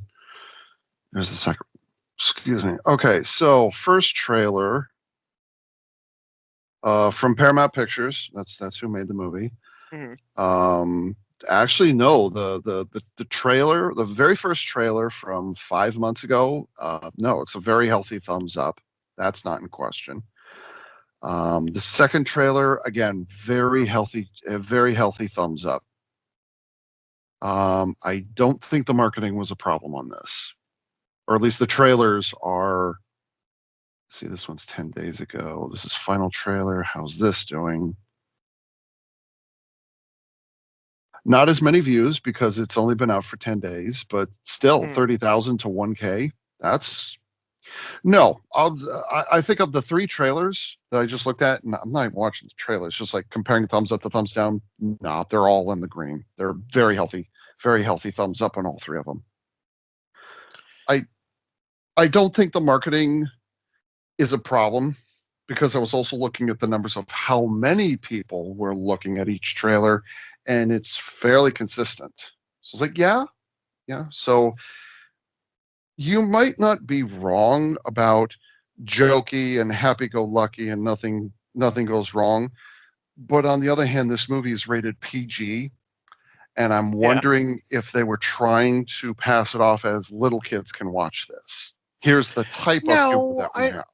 I think they definitely were from from the first like get go. Mhm. They were definitely pushing this as a kids movie, and it's I think it fine. is. But Mhm. and no, it is. It definitely is a kids movie, and it's like it's fine being a kids movie because Transformers is a kids property, Mhm. and a lot of Transformers media Bayformers. and a lot of yes, but a lot of Transformers and a lot of Transformers media um does have jokey elements in it. So it's like Mhm. it's Mhm. fine with there being jokes in the film, but the problem was that first trailer had no balance. The first trailer just seemed like everything it was showing was just like nothing but jokes. And if it's like, okay, if that's the tone you want to establish for the film, how does a thing where it's like nothing but like happy go lucky, nothing but jokes, how does that lead into Optimus and Megatron, massive civil war, kills their entire civilization? Like, how do you go from point A to point B? But the second trailer actually showed much more of a balance between the two, showing like, yeah, there's going to be jokey kid moments, but there's also going to be heartfelt moments and more like serious moments and like serious like story stuff going on. And now that we see the movie, it's like, oh yeah, it actually had that perfect balance where it's like, yes, you got the kid stuff, and yes, you have like the much more serious stuff, and it's like you understand how the characters got from how they started to where they are now. But boy, that first trailer did not do a good impression of that. That first trailer on YouTube got 18 million views. Okay. Mm, And then 3 months later, the next one got 16 million views. So you're only losing 2 million. mm, Okay. And again, the thumbs up, the thumbs down. Okay. So get this, the thumbs up on the first trailer is 157,000 thumbs up. Okay. mm. The second trailer is also 157,000 thumbs up. You go to the third one, it's only been around for 10 days, so obviously much smaller. Okay. Mm. 3 million views, 30,000 thumbs up. All things being considered, that's not bad. No, no, it's not bad from just like a purely like numbers standpoint, but Mhm. from a was it from what I've seen from like general like viewer consensus from like consensus Mhm. from people that I've seen like reacting to trailers and talking about like their impressions of the movie from their impressions of this. A lot of people I've seen have said like, "Oh yeah, the first trailer didn't do a good job of selling this movie." Yeah, Now, and I kind of felt that general myself as well. general numbers, yeah, the general numbers show that it was pretty consistent and pretty well liked from the get go. But Mhm. word of mouth fan consensus, a lot of people I've seen saying like, "Yeah, first trailer wasn't good." But second trailer brought them back. Yep. So, um, I don't know. Maybe it's like even though the title Transformers is in the title, I have to wonder if maybe both Rise of the Beasts and Earthspark are contributing to the lower numbers of Transformers 1 because you've got a live action movie. I say live action. You got a live action movie that came out last year and didn't do all that well. Rise of the Beast didn't come out last year. It came out like 2022. But yes. No, I'm confident it was 2023. Uh, 2023. it was last year, wasn't it? Okay. Oh, middle of last year. Okay. I thought it was 2022. All right.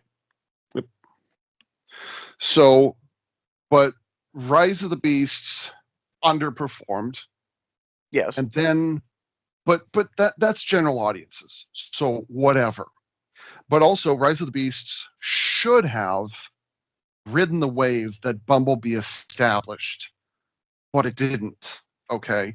Rise of the Beasts didn't work because the marketing for Rise of the Beasts said, hey, look at this Latinx or Latinx lead actor that we've got. Mm, That's what the marketing for Rise of the Beasts said. Okay. Then 6 months earlier, before Rise of the Beasts, you have Earthspark, which, as I understand it, is that still on the air right now? I'm not entirely certain. I think Rise of the Beast, Earthspark. I don't know if it's on the air right now. Or if I it's don't think only it's one on the season. air right now. I think it recently like wrapped up its latest or last season.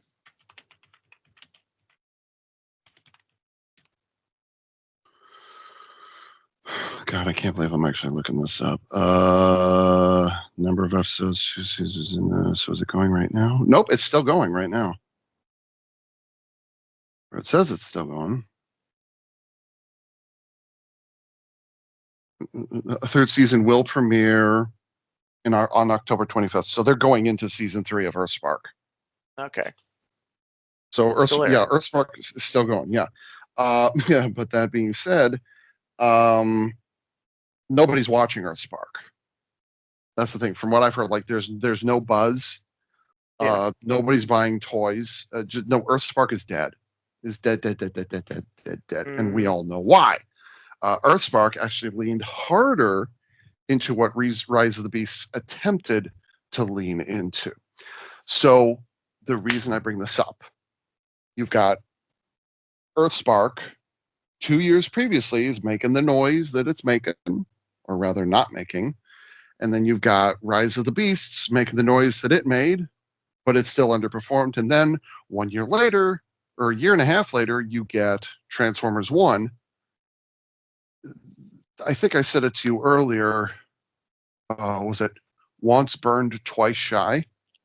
Mm-hmm. And I'm wondering if Transformers 1 is suffering from the precedent that both Earthspark and Rise of the Beasts set. It may very well be a Transformers property, but it's that break in trust. That's what we're seeing right now. I think you have the right idea, but I think you're looking at the wrong break. Because Okay. I think it's simpler than that.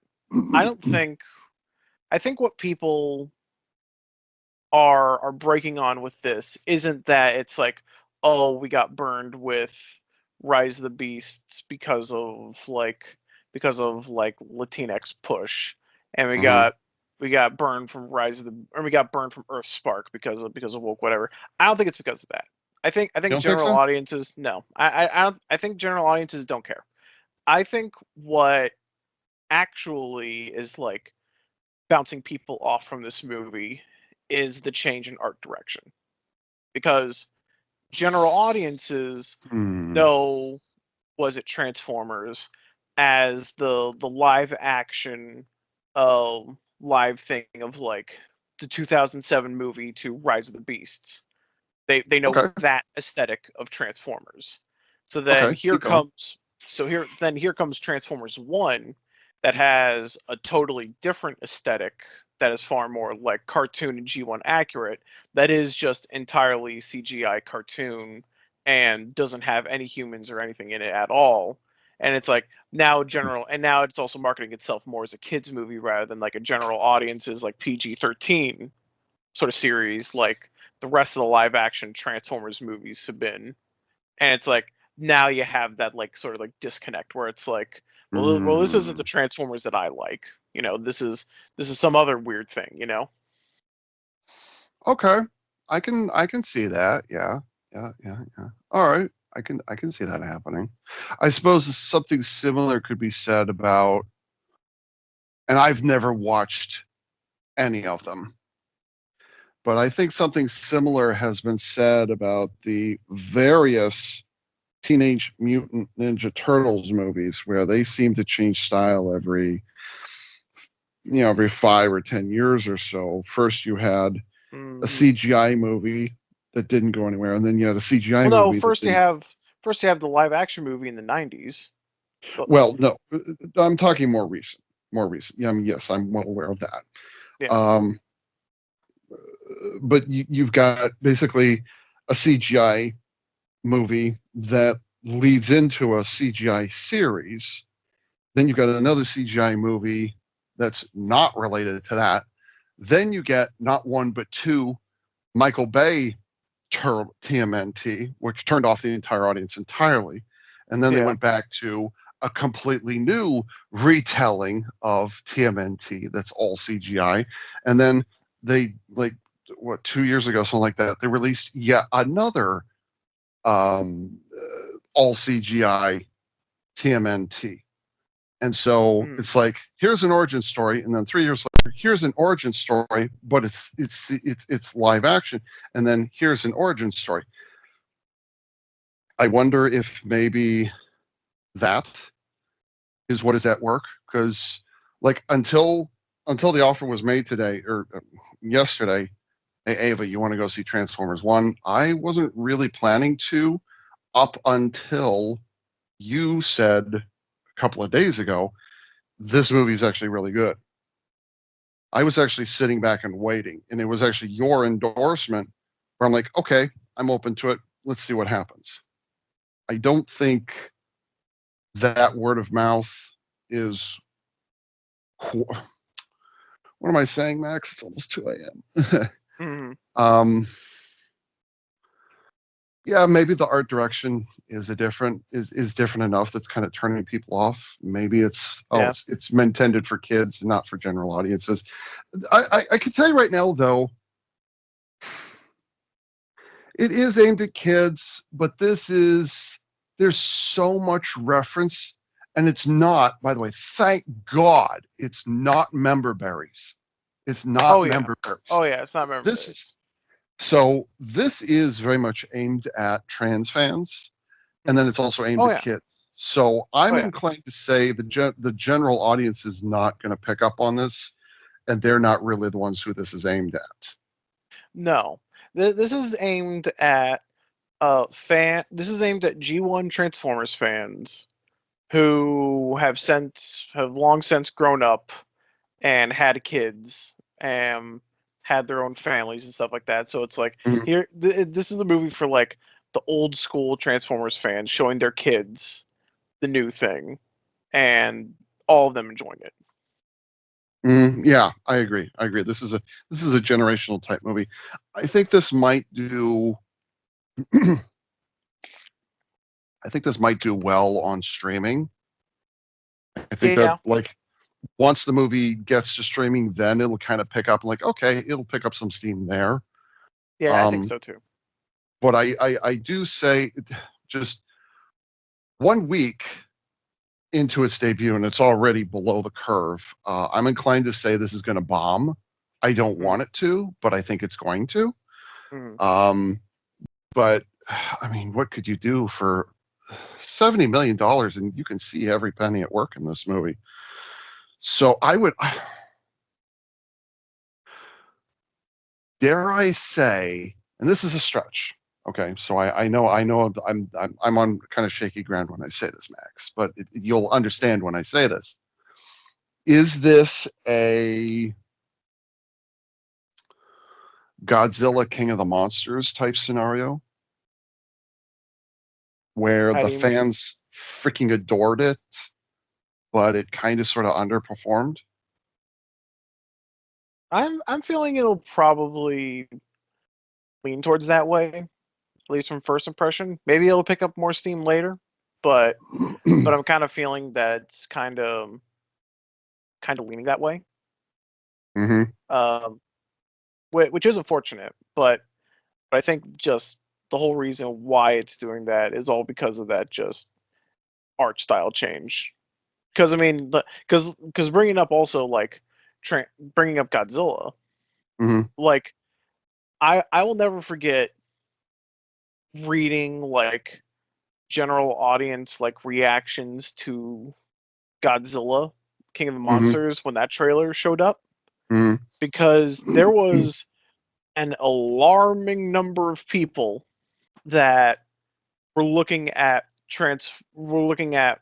this Godzilla movie and were saying, "Oh, they're just rebooting Godzilla again. They don't need to do this. Why did they do this? It sucked last time."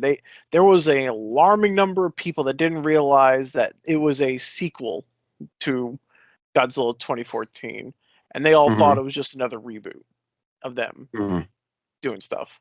So ever since then, my opinion of general audiences knowing what they want and knowing what's actually happening has forever been tainted.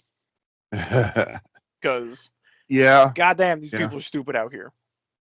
So, well, I've been saying the exact. I won't say what it is, but I've been saying exactly the same thing of another movie that came out last year, in late May of 2023. I've been saying, oh, it's woefully underrated, and a lot of people are not paying attention. And it's like, you guys should be embracing this thing. You're not. Why aren't you? This is a really good movie. Why didn't you embrace it? I don't understand. Max, it's leading to me being fucking depressed 16 months later. It's like, this movie should have done way better than it did. You general audiences are fucking stupid. mm-hmm. So yeah, I know what you're talking about. So yeah, that's just kind of how I'm thinking this is happening. It's that maybe it'll somehow pick up more steam in this weekend or the coming weeks, or maybe it'll once it goes to streaming, it'll pick up more steam and help make its money back there. I don't know, but yeah, it seems like it's leaning towards like gems that's super appreciated by the fans, Mm-hmm. but isn't going to do spectacular at the box office. Well, it has to at least get back to $70 million. It has to do that. If it doesn't, you can kiss Transformers 2 goodbye. Even if this movie underperforms, it needs to make its production budget back. Now, the profit is 210 million. That's where you reach profit. Okay, but in order to even consider the possibility of sequel, it has to cross 70 million minimum. That's the bare minimum. Okay. So I don't think it'll make it. That. Yeah, We'll see if like with the Icon 5000 it limps over the finish line. God. It's funny.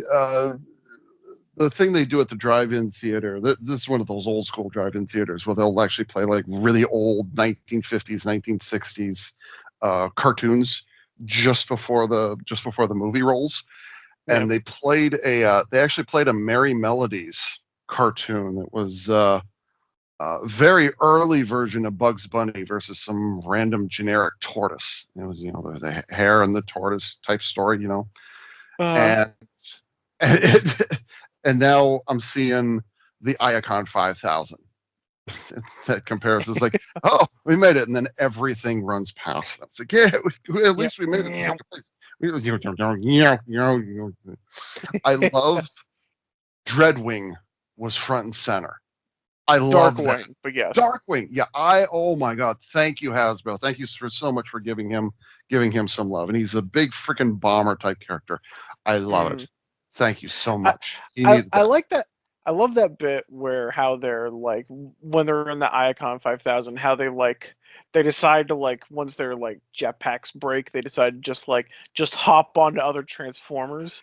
And I feel like in other movies, like they would just like hop from like character to character and then just ride it out for a while. But no, since these guys are Transformers, they're as soon as they hop on, they're immediately like, whoa, what the fuck, get off. then they like just like transform and like shake them off. Yeah. So that was funny. That was great. I like that. Max, my eyes are blurring. I don't think I can pace anymore. I'm getting pretty tired too. I think we should be wrapping it up. But yeah, overall, very good movie. Very good movie. Very good I movie. enjoyed it. Okay, all right. Actually, wait. Last thing. Okay. Before we wrap it up. No 40K, please. No, not 40K. This is still about Transformers. Okay. Is this movie better than the 80s movie? Is this the best Transformers movie? I'm the wrong person to ask because I don't have the nostalgia for 86 the way others do. Others of my generation. Yeah. I've only seen TFTM twice ever, and that was all within the last 6 years or so, I'm the wrong person to ask. I'm not saying yes. I'm not saying no. I'm saying I'm neutral. Mhm. From what I can remember, the last time I saw it was maybe 3 or 4 years ago, something like that. Actually, I watched it with all of you guys. The four of us watched it Yeah. together. Seems to me, aside from the traumatic charge of the Light Brigade, aside from that, the movie progressed very quickly. Characters just had these like change of hearts very quickly. The Quintessons didn't make a whole lot. Like the Quintessons are introduced in that movie, but I'm like, why are these critters here? Why do I care? Like, uh, I think the Unicron. Quintessons are sequel bait. Yeah, yeah, they very much are. They very much are. But I'm talking about an '86 movie, Quintessons. Oh yeah, no, Um, the Quintessons. Yeah, yes, yeah. yeah, they were introduced in that movie.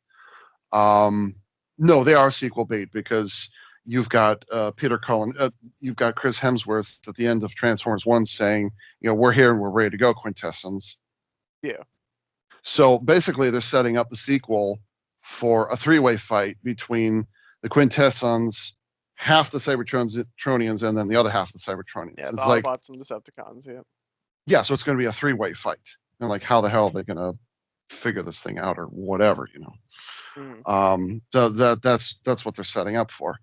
But back to your question, 86 versus Transformers 1.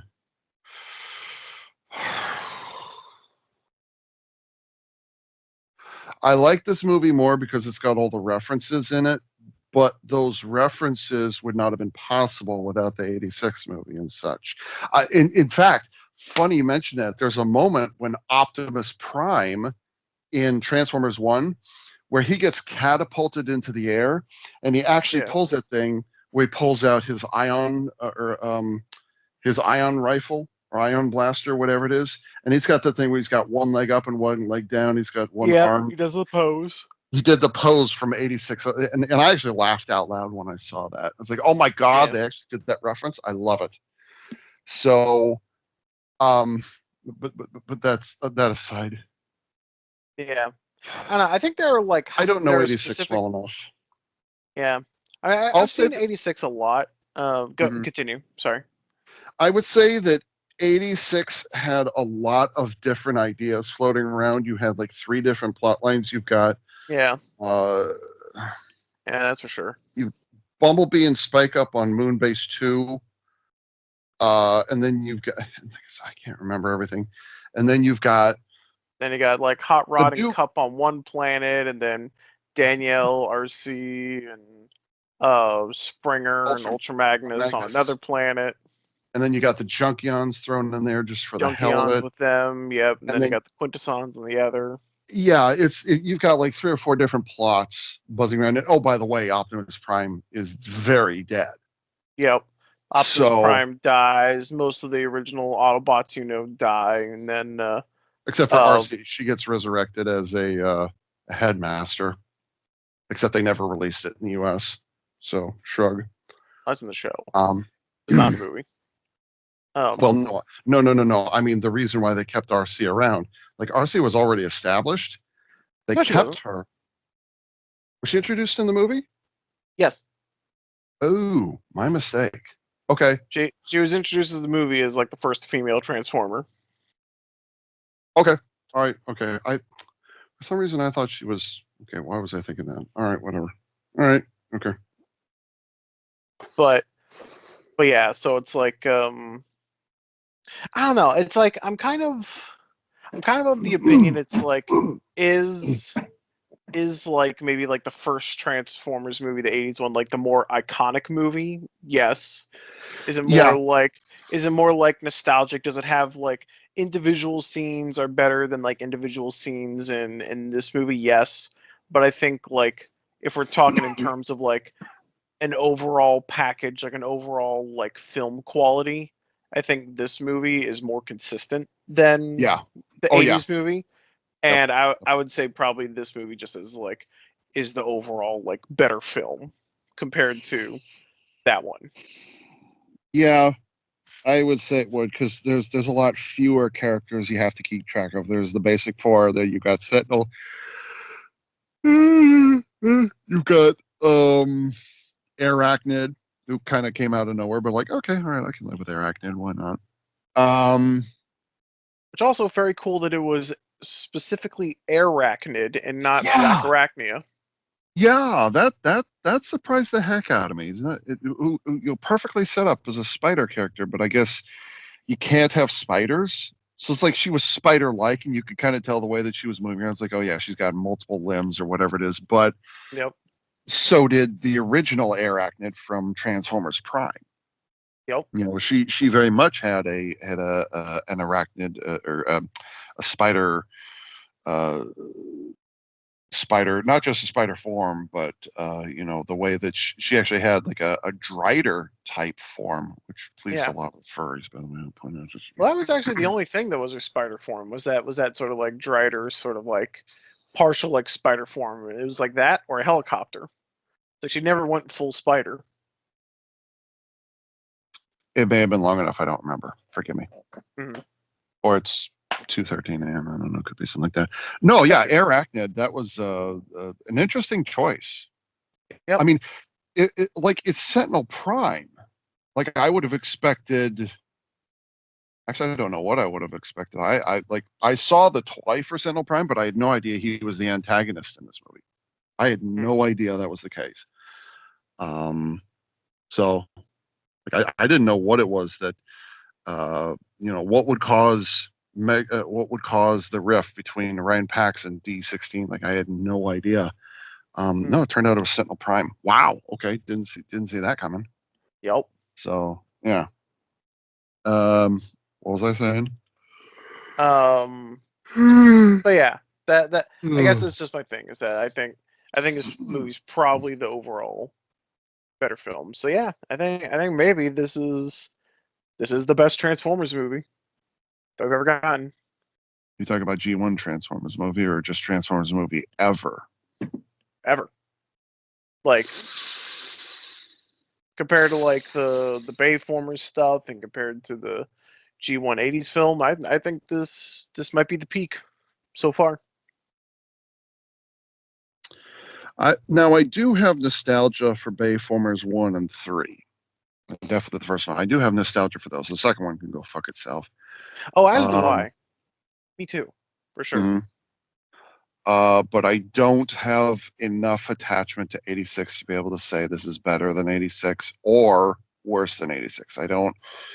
I'm not qualified to answer that one. I think it's safe to say that this is better than Bayformers. Mm-hmm. Just because not just because it leans towards G1, but because like you understand what the hell's happening. Yeah. And you don't have to worry about human characters. Like human characters will come in later on. Yeah. But I think this sticks to the values that Transformers brand name is so popular. It shows it's not just Easter eggs and member berries, but like Starscream, you see why he becomes Starscream that we know of. And we get to see the downfall of D16. I Yeah. wonder where they got the name D16 from. I guess they just kind of pulled that one out of their backside or something. I don't know. I assume that must be like his name that he had from like the one of Megatron's origins from like maybe the Marvel comics or the Dreamwave comics or IDW or something like that. Wait, was it maybe the like the box number for the G1 uh, uh, gun or whatever it is? You think maybe? I don't know. Maybe. My brain, Max. My brain. Right. Mm. All word. Okay. Okay. But yeah. So there we go. Good talk. I think it was a good talk. All right. I'll talk to you later. All right. You have a good night. Take We care. will Geets and Ultraman Arc another time. Okay. Yes, that time. Okay. Unless you're not doing Arc. I don't know. I actually haven't been watching Arc for a while, but I probably should at some point. I don't know. We'll see. Okay. Okay. Have a good night. Night night.